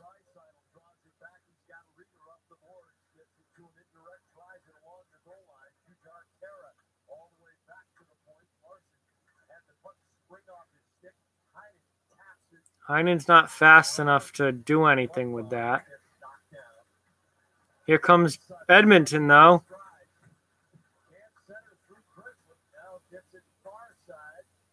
A good stick there from Heinen.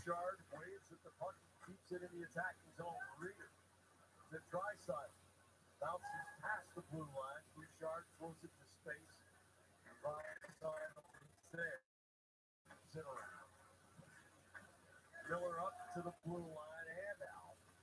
Milan Lucic turns and hammers it off the wall. Miller to back. Back flutters one end over end. And that's icing on the Bruins. What? God, they just... I don't know. There's no energy in this game at all. Absolutely none. This is like watching two teams in slow motion out there.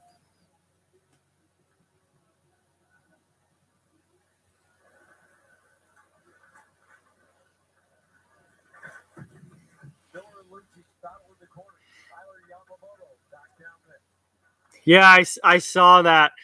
That was during that stretch when there was like 4 straight days with no fights in the NHL. So they showed the jockeys fighting. They made the joke they were going to change from hockeyfights.com to jockeyfights.com. Luckily, there's been a couple fights each of the last few days, but only one so far tonight.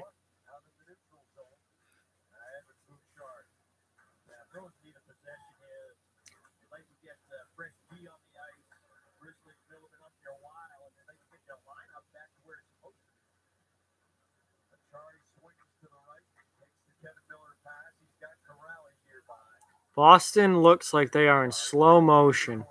And they didn't play well last night either, so I don't know what the deal is, why Boston looks so bad on this road trip. That's icing on Edmonton.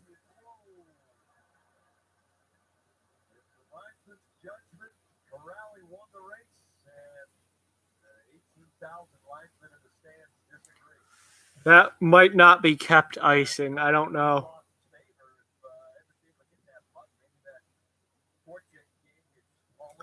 What do you mean by mad suspect?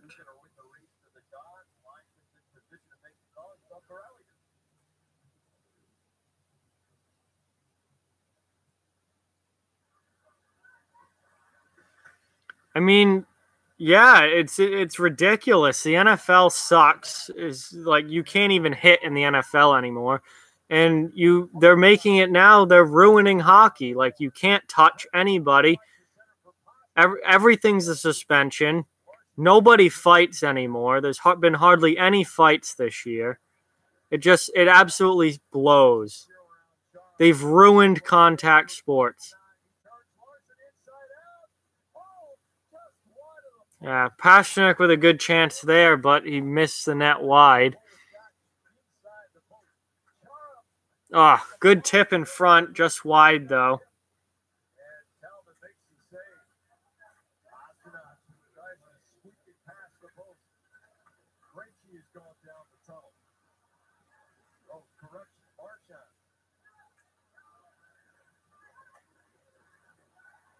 All right, see you, Muscle Matters. Thanks for watching. I appreciate it. Still have another period of this shit to watch. Ugh.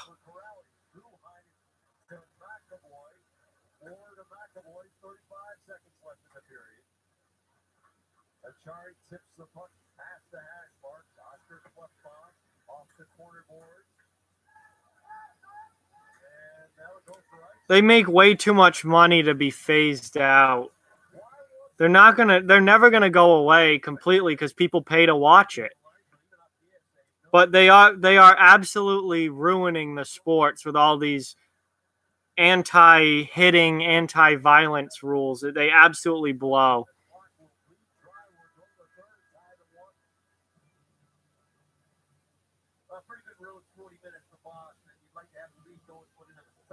Yeah, I bet Toronto is going nuts on Facebook and Twitter. They overreact to everything.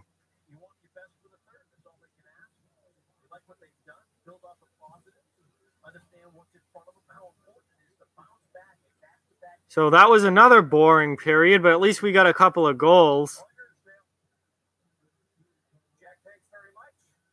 At least we got a couple of goals. So, end of the second. Tied 1-1.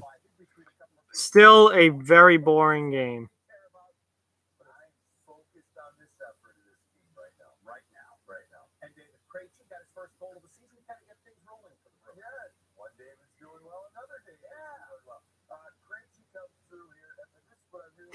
Yeah, you can't touch them. Quarterbacks should all be able to play until they're like 50 from now on because you can't touch them. Literally, at this point, they might as well just make the quarterback wear a red non-contact jersey and play two-hand touch with them because that's basically what it's gotten to at this point. If you tackle him, it's a penalty. Now in the NHL, if it's any sort of big hit, it's a penalty. And if it's a real hit, it's a suspension. Give me 90s hockey any day of the week.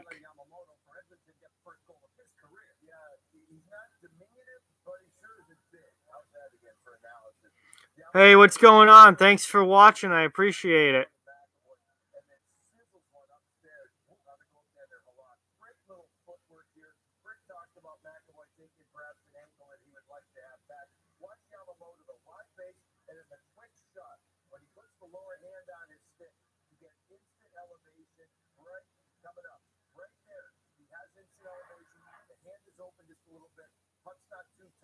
Gets it out there again, like a lot of kids and a lot of players in general nowadays. A little bit of that toe curve on the stick allows that quick elevation. Scott Stevens would be kicked out of the NHL by now if he played nowadays. All of his legendary hits would be suspensions now. They've absolutely ruined the game. Hey, gamer. Thanks for being here.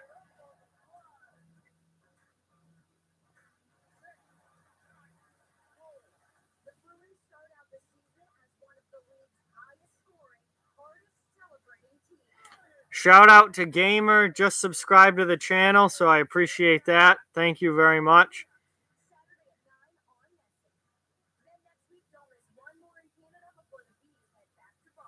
Oh, absolutely.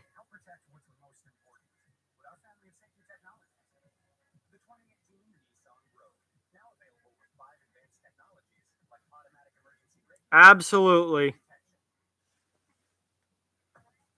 And that his hit on Paul Kariya in the finals in 2003, I mean, that was a penalty. That hit was interference. Kariya hadn't had the puck for a while, before he got hit. That was definitely interference. But nowadays, that would be you'd get kicked out of the league. Imagine if Tom Wilson did that to somebody like in 2018 now. That he would be literally kicked out of the league. Because the sport has done nothing but get soft.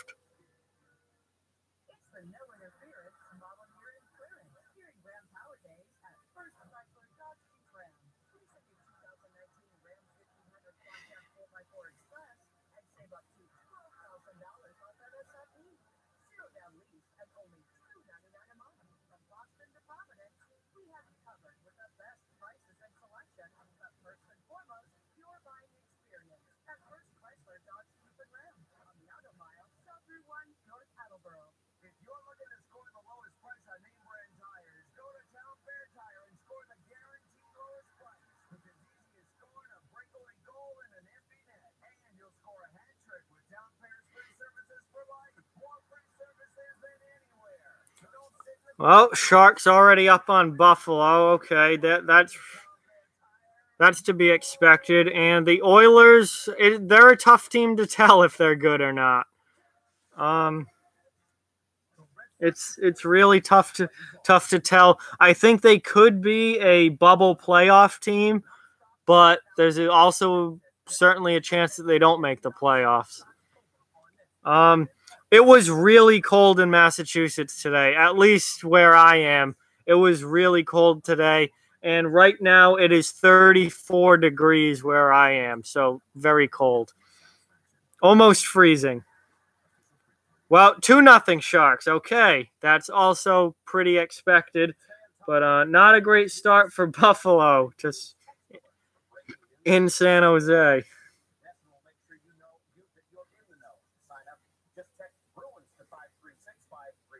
Yeah, it's been cold here. The weather's definitely shifted. We are headed towards winter for sure.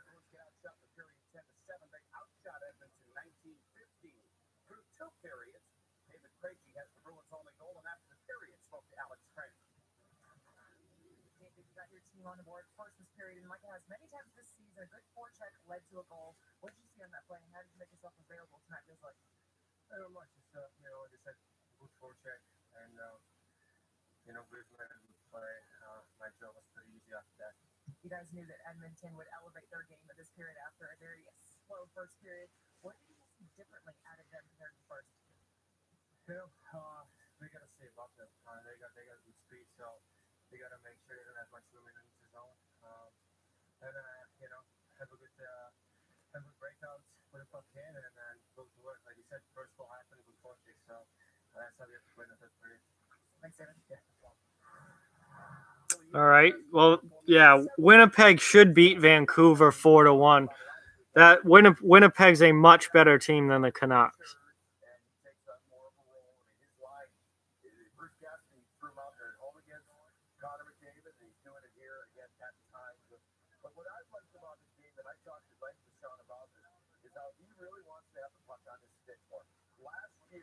Oh, wow. ESPN's showing a hockey game? That's incredible. ESPN's wanted nothing to do with hockey for the last 15 years.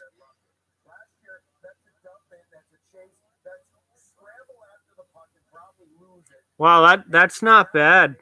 $4.99 a month, so that's $5 a month. That's only like $60 a year. That's not bad at all, especially if they show a decent number of games.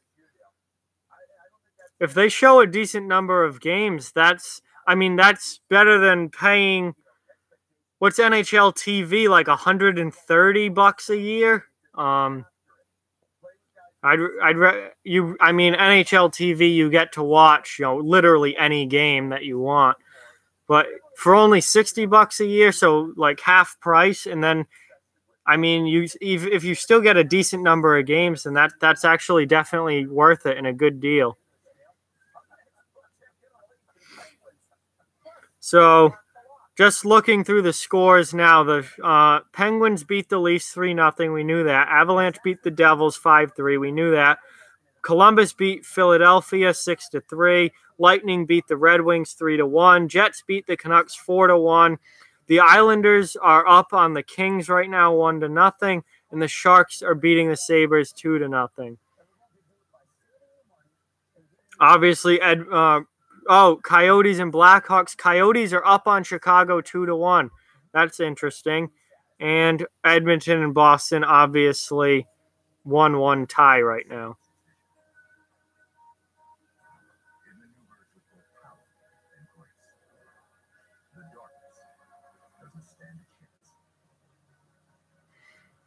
So pretty interesting night in the NHL so far. Just not a physical night. As they continually make the game more and more boring and less physical. I feel like at some point I'm going to stop watching hockey.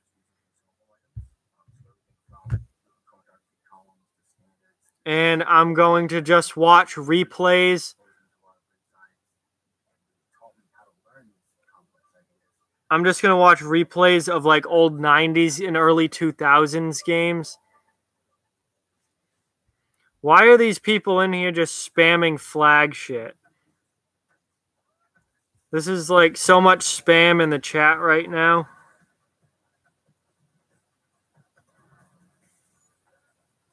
I'm about to kick all these guys out if they don't stop spamming the chat. Yeah, wow, 180 regular season. That's pretty good, and only $60 a year. Or $4.99 a month. I could literally only have it during hockey season and pay month to month. That would actually be pretty smart. That's a really good deal. I might look into that. I don't have a ton of time though. Like if there's hockey on every night. Yeah, that's an absolute.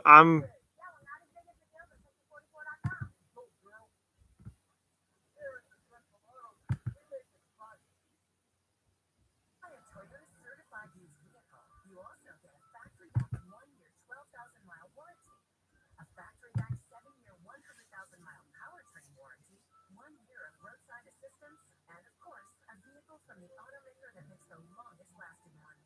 In short, you get value. Get 3.9% financing for 6 Hey, months on any certified that's cool. That's cool. So you got it. I mean, the only thing is that if there's hockey, if I like have the option of watching hockey all the time, I just won't do anything else and I won't have a life.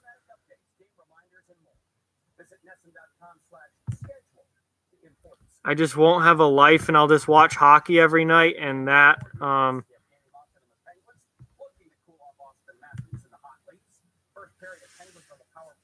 I have other things to do other than watch hockey. Sorry, I lost my train of thought there because I'm dealing with this bullshit in the chat.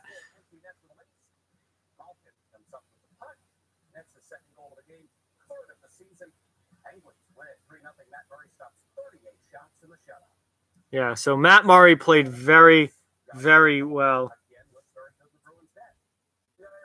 How many accounts does this idiot have?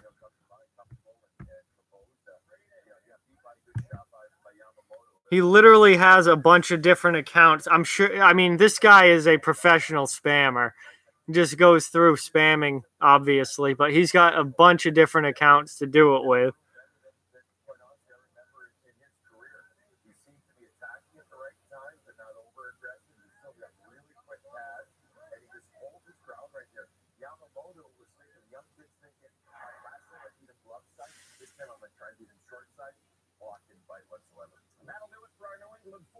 Second intermission report after the break.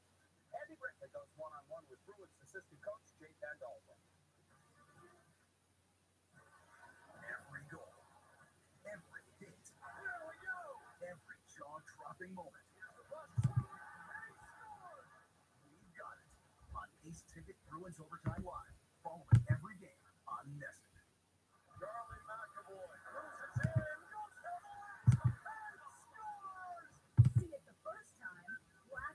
Or one more time with 2-hour game replays on Bruins and 2. Brought to you by Ram Trucks. First forward is a the new F-150. Or lease for or a new Ford Explorer. Save over $3,500 off MSRP. Or lease for $299. Plus, you'll get our first for life rewards benefits, which includes engine guarantee.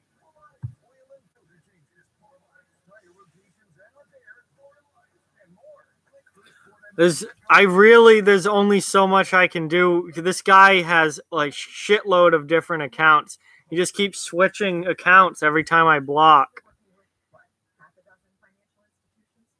Maybe it's time to consolidate your financial life with just one of them. At People's United Bank, we can give you everything under one convenient roof, from checking, mortgages, to investments. Life is complicated. Banking doesn't have to be. Visit peoples.com. People's United Bank, N.A., member FDIC, equal housing lender. During Ford SUV season, find out why more people come back to Ford than any other brand. Here's a reason. We've got room. And here's another. Waze says it's faster to take the side street. Perfect. And by the way, Ford has won more J.D. Power initial quality awards than... Hey, Boston's up 4-1. Okay. So it looks like it's going to be the Reds. It looks like the Red Sox are going to close out Houston tonight. Nice.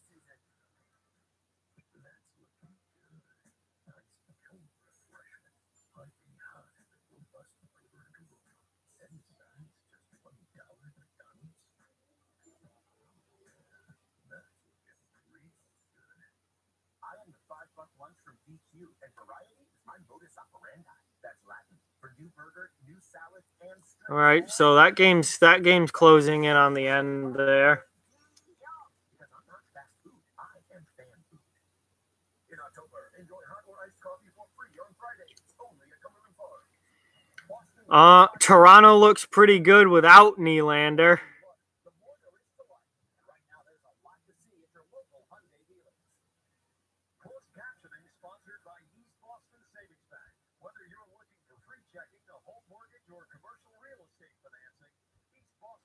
I don't know really what to think about Nylander, but Toronto looks good without him, so he's kind of driving his price down a little bit because they're like, hey, look, we can win games and score a lot of goals without you in the lineup. So I don't think he's really doing himself any favors. I think at this point, rather than trying to get a long-term deal done,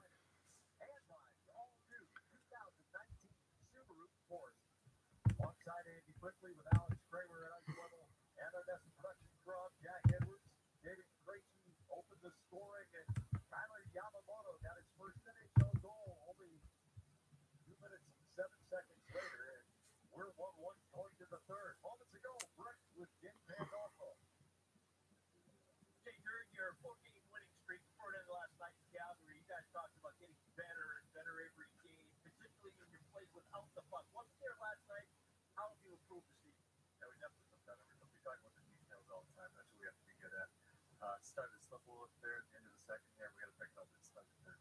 You know, offense can come from a lot of different areas. Score off the rush, maybe the cycle game, the forward check game, maybe your power play. 1-1 going in the third. Where are you probably best suited to create your offense against this Edmonton team?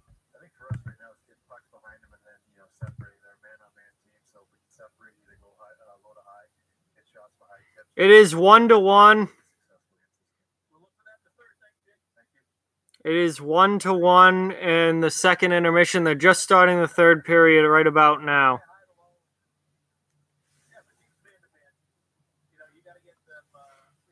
Are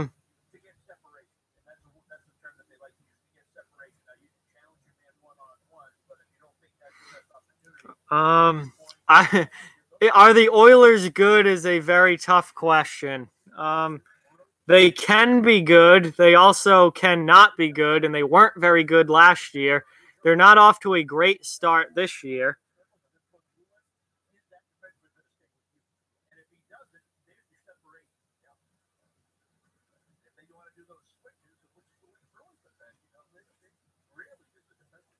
Yeah, well, Edmonton giving Draisaitl, like, what'd they give him, $8.5 million a year? That's just absolutely ridiculous. To be honest with you, I would take David Pastrnak over Leon Draisaitl any day of the week. And Draisaitl's making over $8 million a year. Pasternak's making 6.6. Much better deal for Boston. And Nylander should get probably right around 7. He should not be using Draisaitl's contract as a measuring stick because Draisaitl's contract is stupid.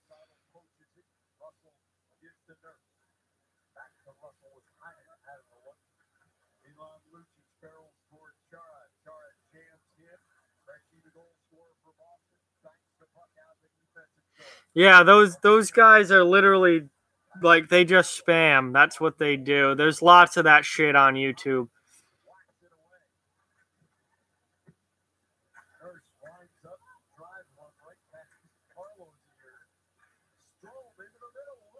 Nylander's worth a lot more than Larson in a second.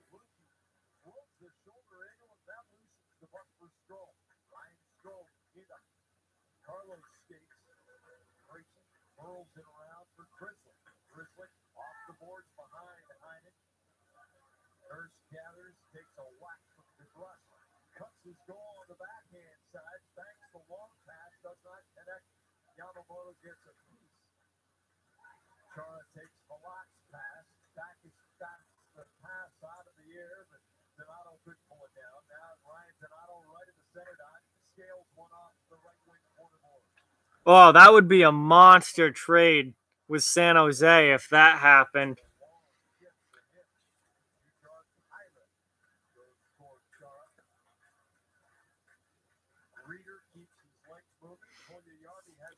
Yeah, the Oilers are right up on the cap. They are not in a good cap situation.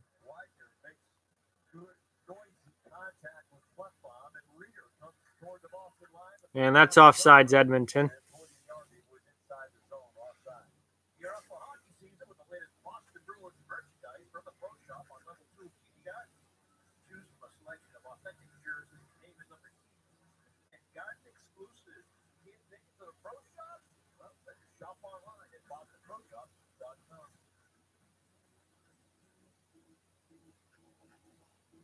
I think the Oilers probably miss miss the playoffs by a little bit this year.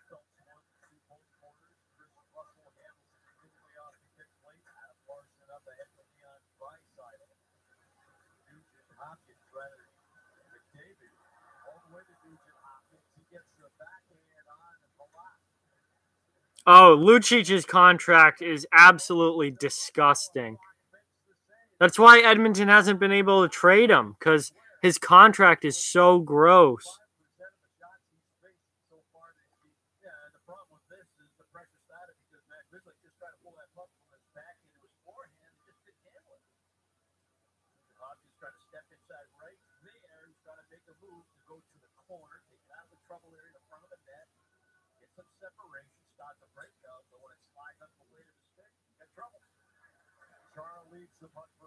Yeah.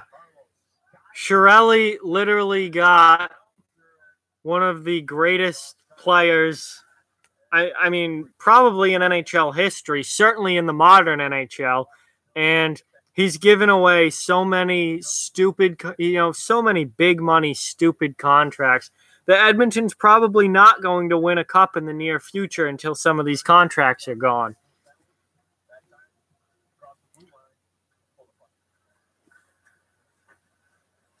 And they're right up against the cap.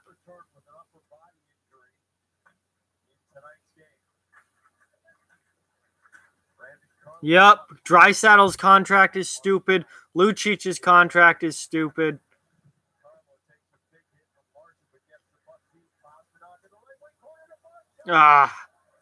Big save there by Talbot on Marchand.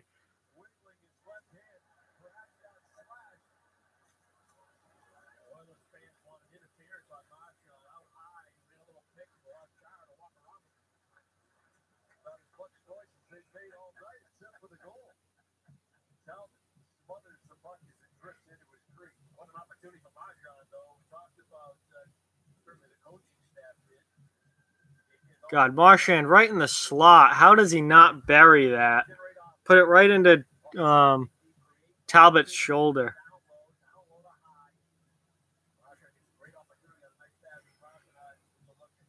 I wouldn't give either of them that money. I mean, yeah, the Draisaitl contract's not as bad as Lucic's because Draisaitl has much higher upside, but Draisaitl hasn't lived up to that contract over the last couple of years, not at all.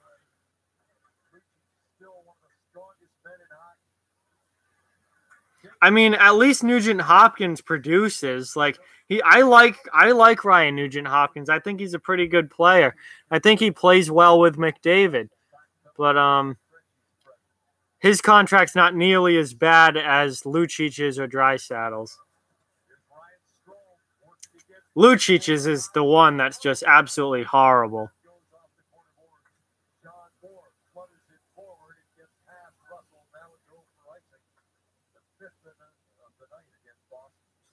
Yeah, Draisaitl really just doesn't carry his own line well. At least so far in his career, he hasn't. He's somebody, he needs to play with other good players for him to be good.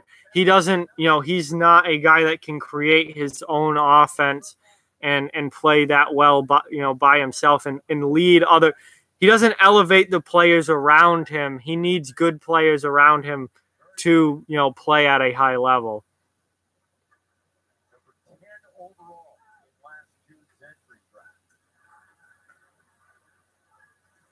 Centering pass from Bronziak back to Klefbom, leads it dead to the end board. Here's Bouchard throwing it toward goal. Before picks that up. Bouchard. Klefbom rails it around. Taylor. Passing it down. Back to Klefbom. Over to Bouchard. High slot for Bronziak. Oh, Bronziak almost just scored there. He missed the net.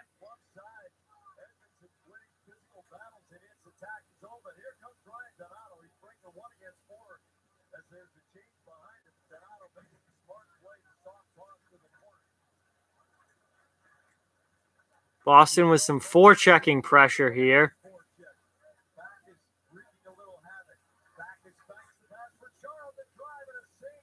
Big save there by Talbot.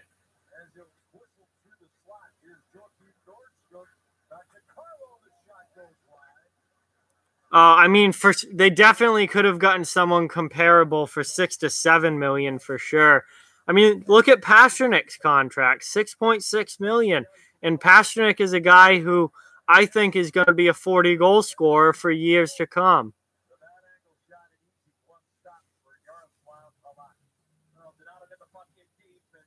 Yeah, Puljujarvi and Yamamoto are going to be big-time players for the Oilers, important players.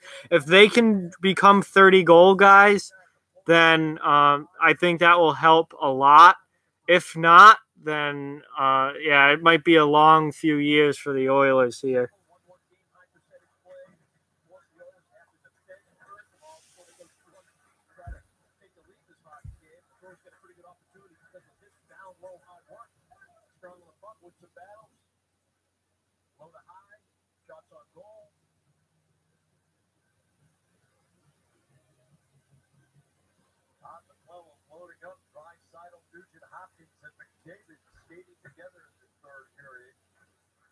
McAvoy drives McDavid off the puck. Bergeron, the hard backhand. Pasternak laterally. The puck gets by. Yeah, true. True. They're right up against the cap now. I don't know what they're going to do when their ELCs are up. That'll be interesting. You know, here comes Edmonton on a break. Penalty against the Bruins.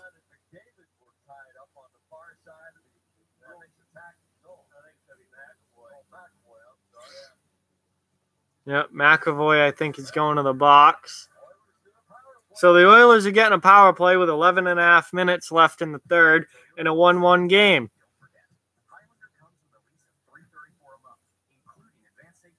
Yeah, Edmonton's defense as a whole leaves quite a bit to be desired. They do not have a great defense core, that's for sure.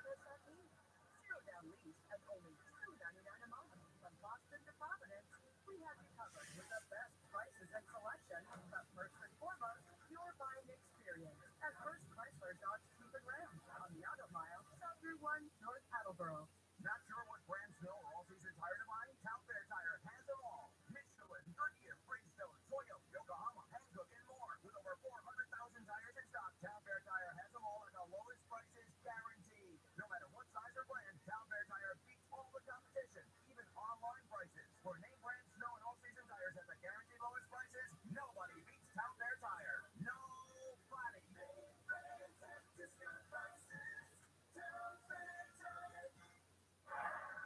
Ace-Ticket Bruins Overtime Live after the game. Jack and Rick talk with head coach Bruce Cassidy. We'll get Bruins dressing room reaction. No, I don't think that Pasternak is that much better than Draisaitl. I think they're very comparable players.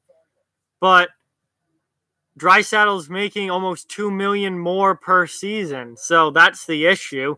If Draisaitl was making 6.6, if Draisaitl was making $7 million a year, I think it'd be fine. But he's not. He's making $8.5 million, and he's not worth $8.5 million per year until he proves that he can carry his own line. And he didn't do that last year for Edmonton. Edmonton last year was Connor McDavid, and that was it.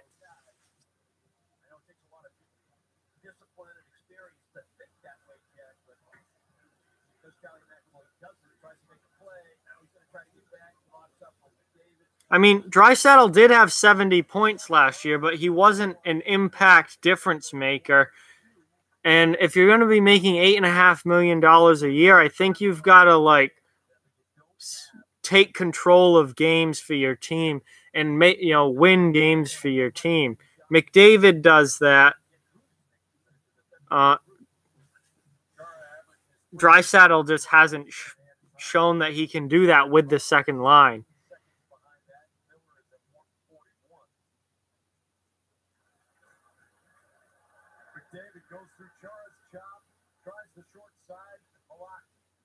I mean, even just watching this game, McDavid has the puck on his stick all the time. They've said McDavid's names a lot tonight. They haven't said Draisaitl. Haven't heard his name called that much. He hasn't been doing anything.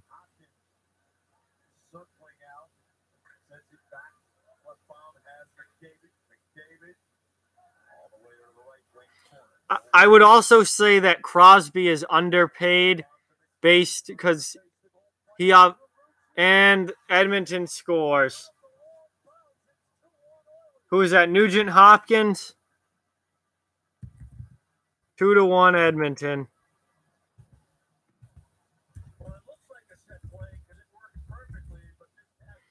Crosby signed his contract at $8.7 million years ago. Contract, the value of players have gone up significantly in the last few years. When Crosby signed his $8.7 million contract, the cap was much lower than it is now. And now we've got guys signing for $11 million a year. That was unheard of. So it's hard to compare that because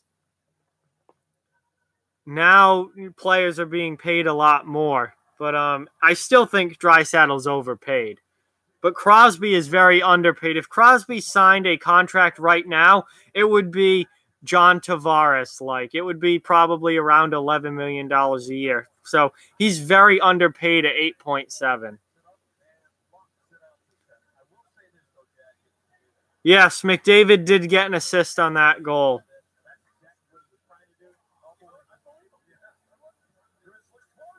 Oh! Who was that? Was that Krejci? He had a chance to tip into an open net and he missed it.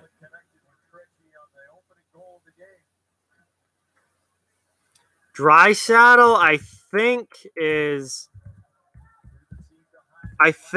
that. I'm not 100% on that, but I think it's that.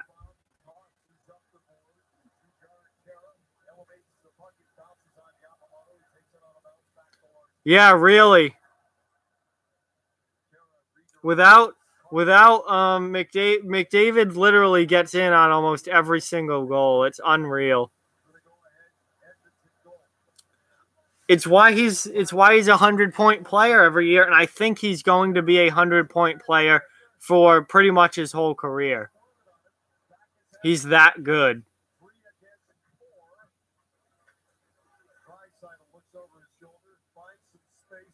Here comes Edmonton again. Just by the far post.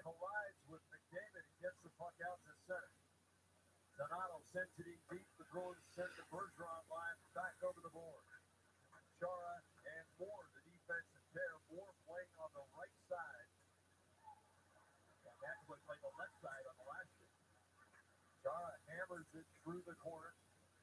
Marchand against the crane. Bergeron in space. Wires it into the attacking zone. So it looks like the Bruins are going to start this Canadian trip out 0-2. They did not play well last night. Tonight has been a very lifeless game.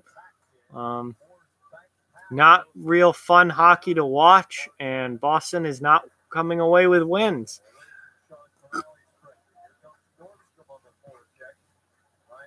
That is very possible, James. Absolutely very possible.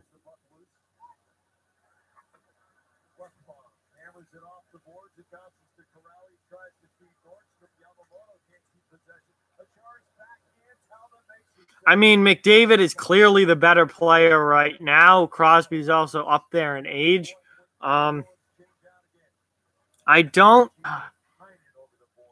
It's tough to tell because, I got to think back. It's been a while since Crosby, has been at that elite, like point-wise level. Yeah, but Crosby's been on a good team pretty much his whole career. I mean, they stunk when he first was drafted by them, but they had Fleury, they had Malkin, they had Crosby, and they had Letang. They got really good. Crosby has been on a really good team. Those Penguins teams that Crosby's won cups with have been, way better than any of these Oiler teams that McDavid's played on. I don't know. I still think maybe real young Crosby, when he was scoring like 120 points a year, might have been better than McDavid now, but McDavid is clearly the better player right now. Pastrnak just rifles it home. Absolute missile.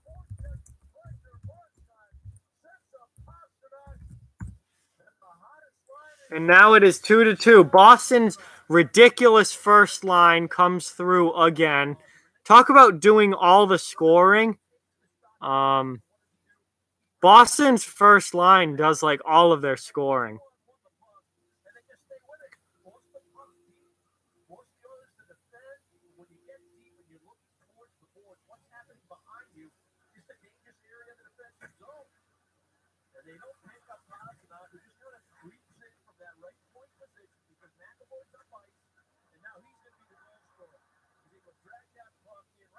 Oh yeah, that is. I just did a video on that the other day. I think Boston's first line, without a doubt, is the best in the league. That line is unreal.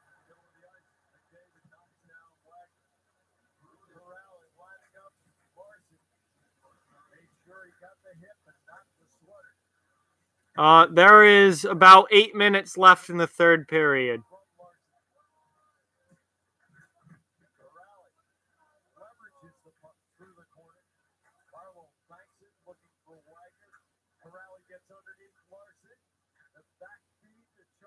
Thoughts on Montreal? I don't think they're not a playoff team, I don't think. They're off to a decent start, but I don't think it keeps up all season long. Huge save by Halak on a McDavid semi-breakaway. Now we got a lot going on by the benches here. Wow, we've got not quite a brawl, but they are going at it at the benches here.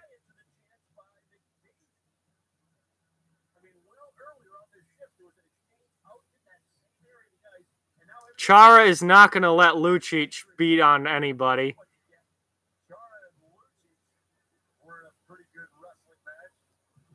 Oh, and now it's not stopping. Where has this been all game? This whole game was supposed to be like this, and there's been none of it. And now with 8 minutes left in the game, they're going to start doing this? Like, this is how the entire game should have been.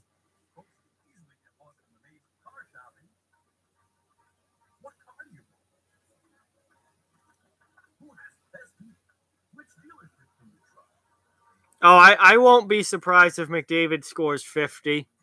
I won't be surprised if he gets to 120 points. I could easily see him having 50 goals and 70 assists at the end of the year. He's definitely that good.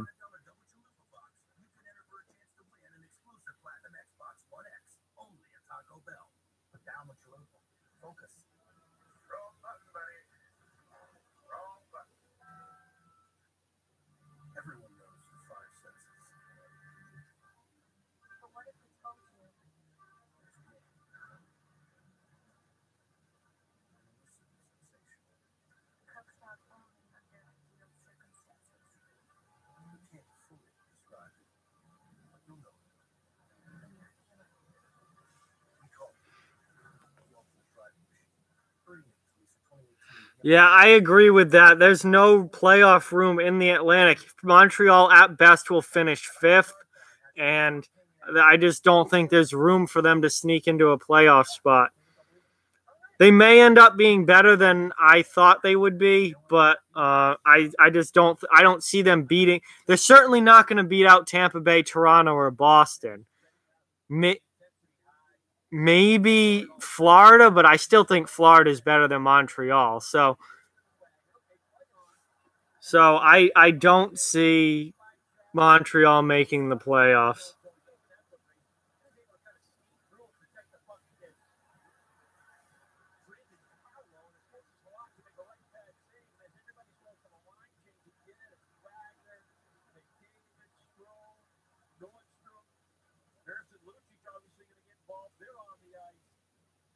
When all said and done, I think we're at even strength here with the penalty still up.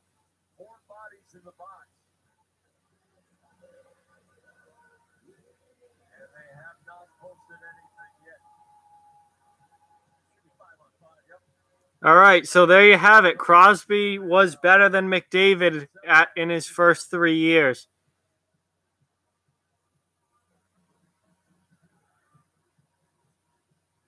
Yeah, that is true. McDavid did miss time.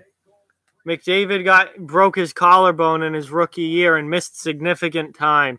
I forgot about that. That is true.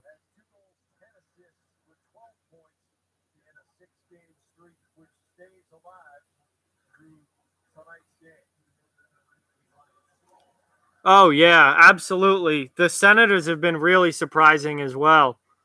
Again, that's not going to keep up over the course of the full season.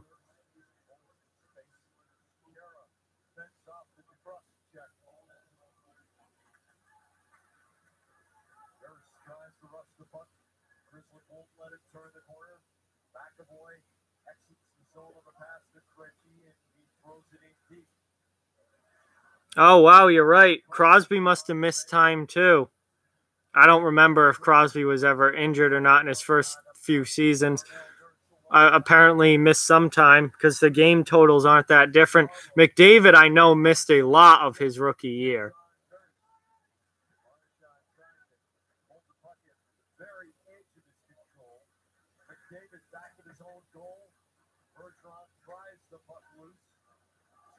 Stretches the strides to get to it at center before Draisaitl can. Bergeron flips the bouncer ahead to Pastrnak, who can't flatten it going into the corner against Russell. Marchand swoops in, comes off the half board. Montreal Canadiens.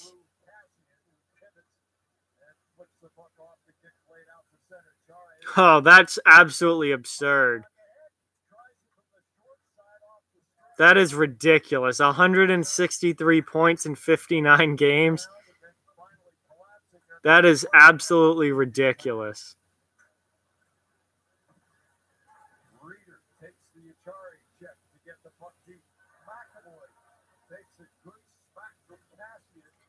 So why did this game not get physical until the last freaking 8 minutes of the game? Like, are you kidding me? The whole game should have been like that. That's a trip. Yep. When we come back, it's winning time. David Pastrnak has pulled the Bruins in with his 8th of the season. Oh, okay. So Crosby did miss time in his 3rd season.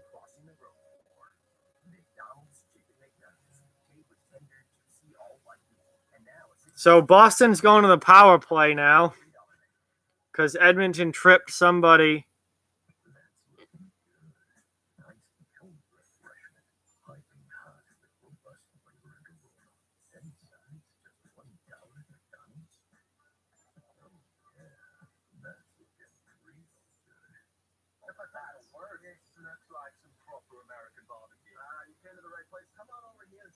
I don't know if Crosby's the far better player, but he does appear to be the better player. Both are just absolutely sick.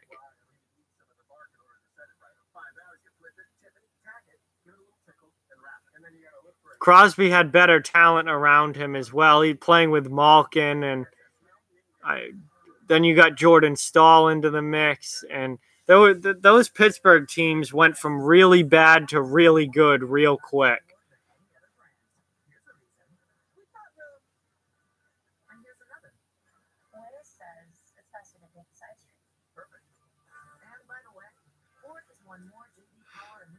I don't know, Rob. They're just called the Habs. Always have been.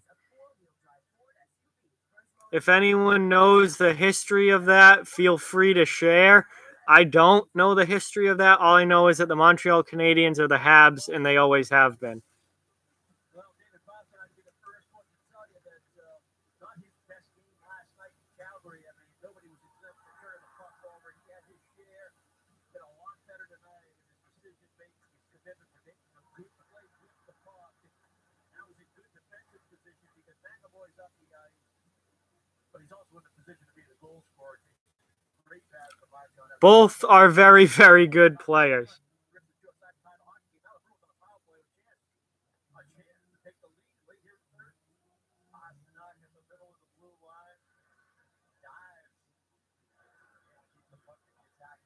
All right, so Boston's got a power play here. They've got a chance to take a late third period lead with this power play if they can score on it. Their power play has not looked great tonight in limited time, but it has not looked good, so we'll have to see.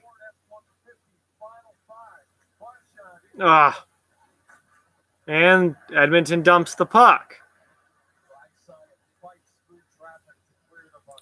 Yeah, Crosby's lower body strength is unreal. And there, thank you for the so it's from the H in the logo, which does stand for hockey, but they thought it meant, I guess, Habs. So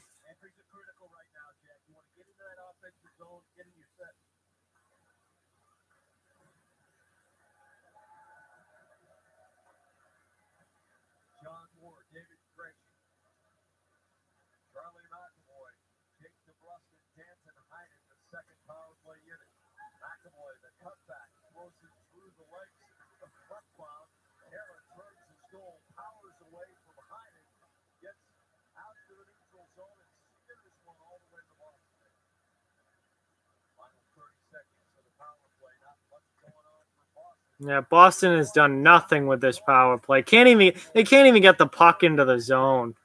Unbelievable. Well, actually, goals per game wise, I think that there's more scoring now than there was in the mid-2000s.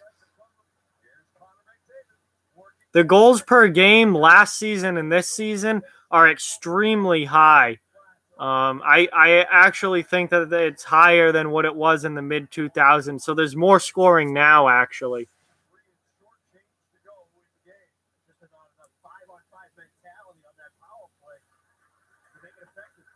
Yeah, that was it. Edmonton's killed the penalty off. That was a horrendous power play for Boston.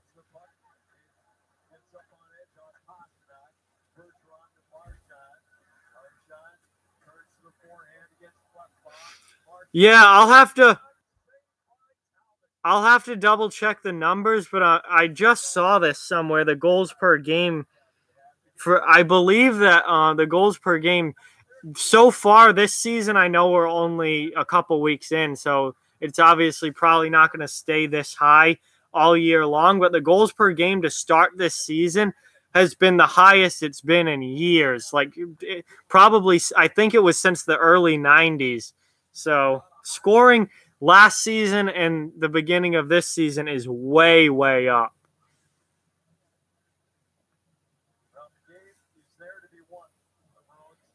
All right, 2:52 left, still a tie game. So someone's going to win this game.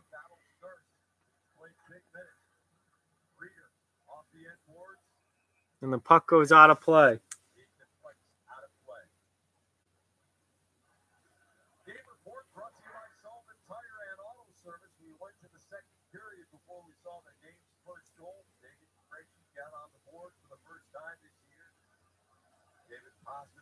Leading the Bruins in goal scoring as tied. Carlo in the corner gets the tap back from Corelli. Tries the low angle shot. Calvin gobbles it up.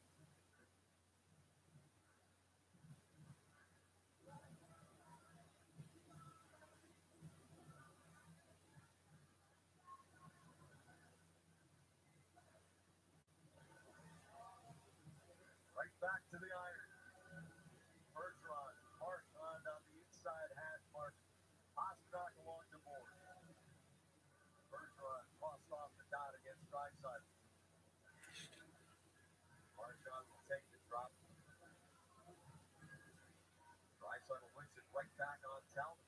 Max Pacioretty, I think, is a very good player. He is not off to a good start in Vegas. Vegas as a whole hasn't been great. They've been better their last couple games, but they had a real rough start to the season. Pacioretty also had a real rough start to the season. I think it's too early to tell. I think overall he makes Vegas better, especially since they lost James Neal and David Perron in free agency. So I think he does help Vegas. So it was a good deal for them overall. But he has not been he has not had a good start to the season. Yeah, Tatar's been pretty good for Montreal, but again, we got to see how this plays out long term. It's only been a couple weeks.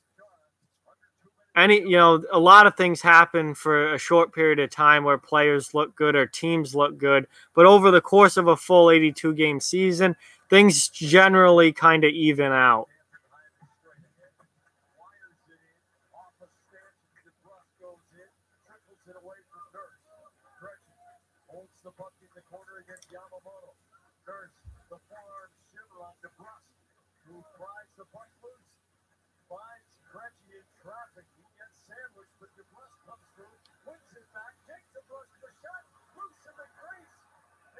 How does that not go in again? Boston with another golden opportunity, and it doesn't go in.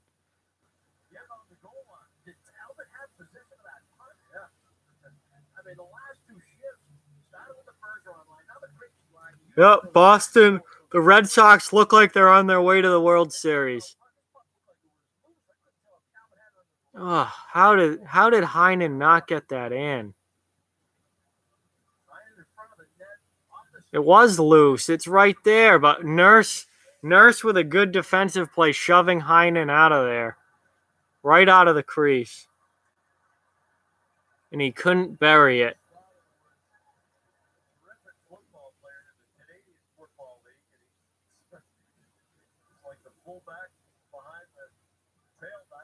Minute 17 to go. This game might be going to overtime.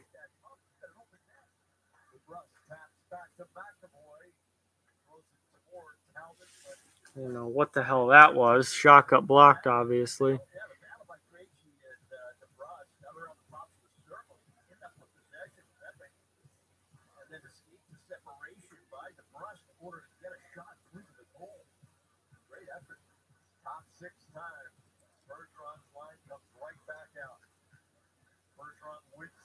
All right, Boston's top line is out, so we'll see if they have any magic. I mean, they basically score almost all the Bruins' goals, so.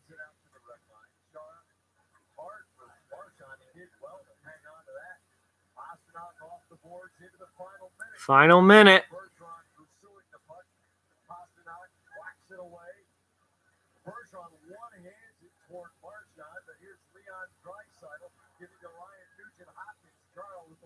Good stick there from Chara.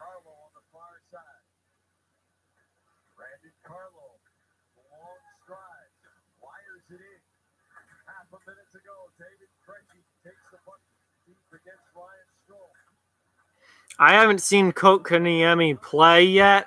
I was not a fan of him being picked as high as he was. I thought that was not a good move, but I haven't seen him play yet. So I look forward to getting the chance to see what he looks like.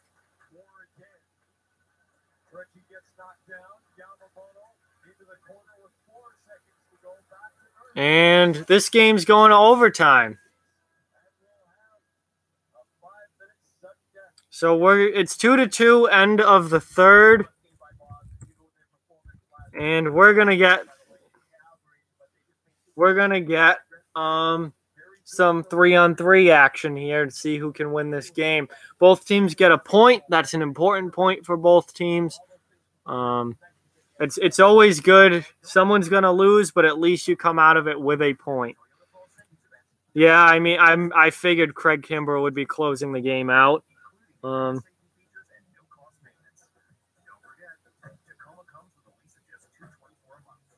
have no idea if Stamkos had any sort of points tonight. Not sure. I can look it up quick if my phone will load.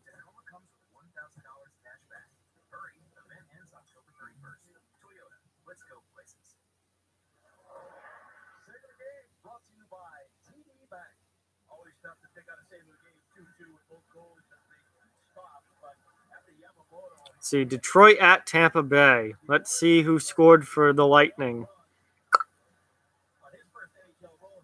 If it loads. My phone is being very slow. Come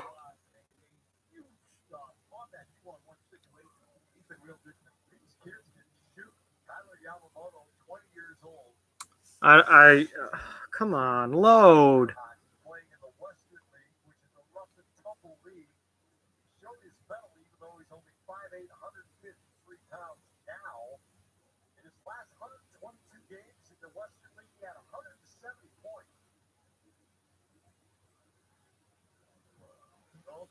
Yeah, Elias Pettersson has been really, really good for Vancouver. Obviously, he's out now with the concussion, but he's looked really, really good.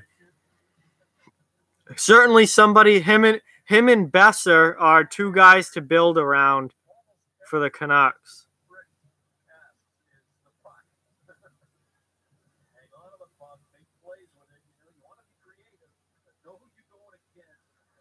All right, we are underway in overtime.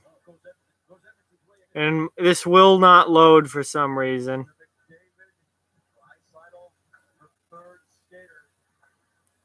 Ciao.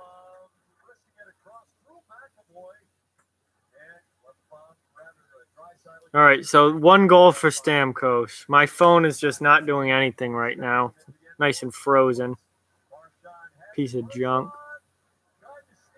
Uh-oh. 3-on-1. And they score. Draisaitl from McDavid, another assist.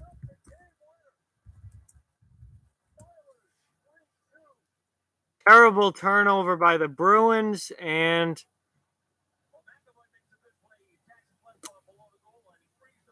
Edmonton wins it. Draisaitl scores his second of the year. Another assist for McDavid, who continues to rack up points.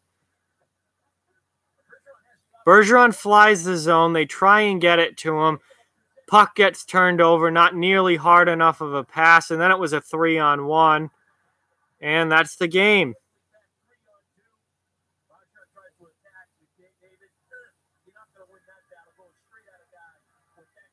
Nothing Halak could do on that.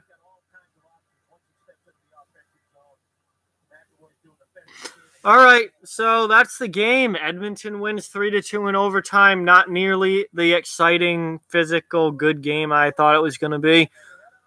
Kind of a boring game. Yeah, that kind of sucks, but it is what it is. We'll try again next week, hopefully. I don't know when the stream will be next week, but hopefully it's a more exciting game than this. Thank you guys for watching. I appreciate it. Glad that you stopped in and were able to watch.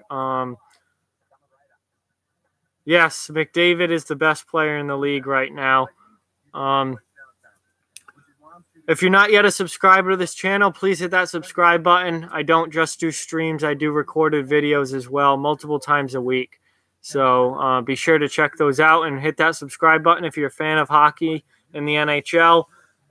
Those of you that are subscribers, just got new content coming out all the time, so keep on the lookout for that. I should be streaming at some point again next week. I don't know which game yet. I'll have to look at the schedule and decide which one I'm going to do. Thank you guys very much for watching again, and talk to you guys soon. I am going to go to bed now, so thank you, and see you soon. Yes, I'm sure McDavid hates his coach and management because they are holding the Oilers back for sure. So see you guys next time, and be on the lookout for more videos.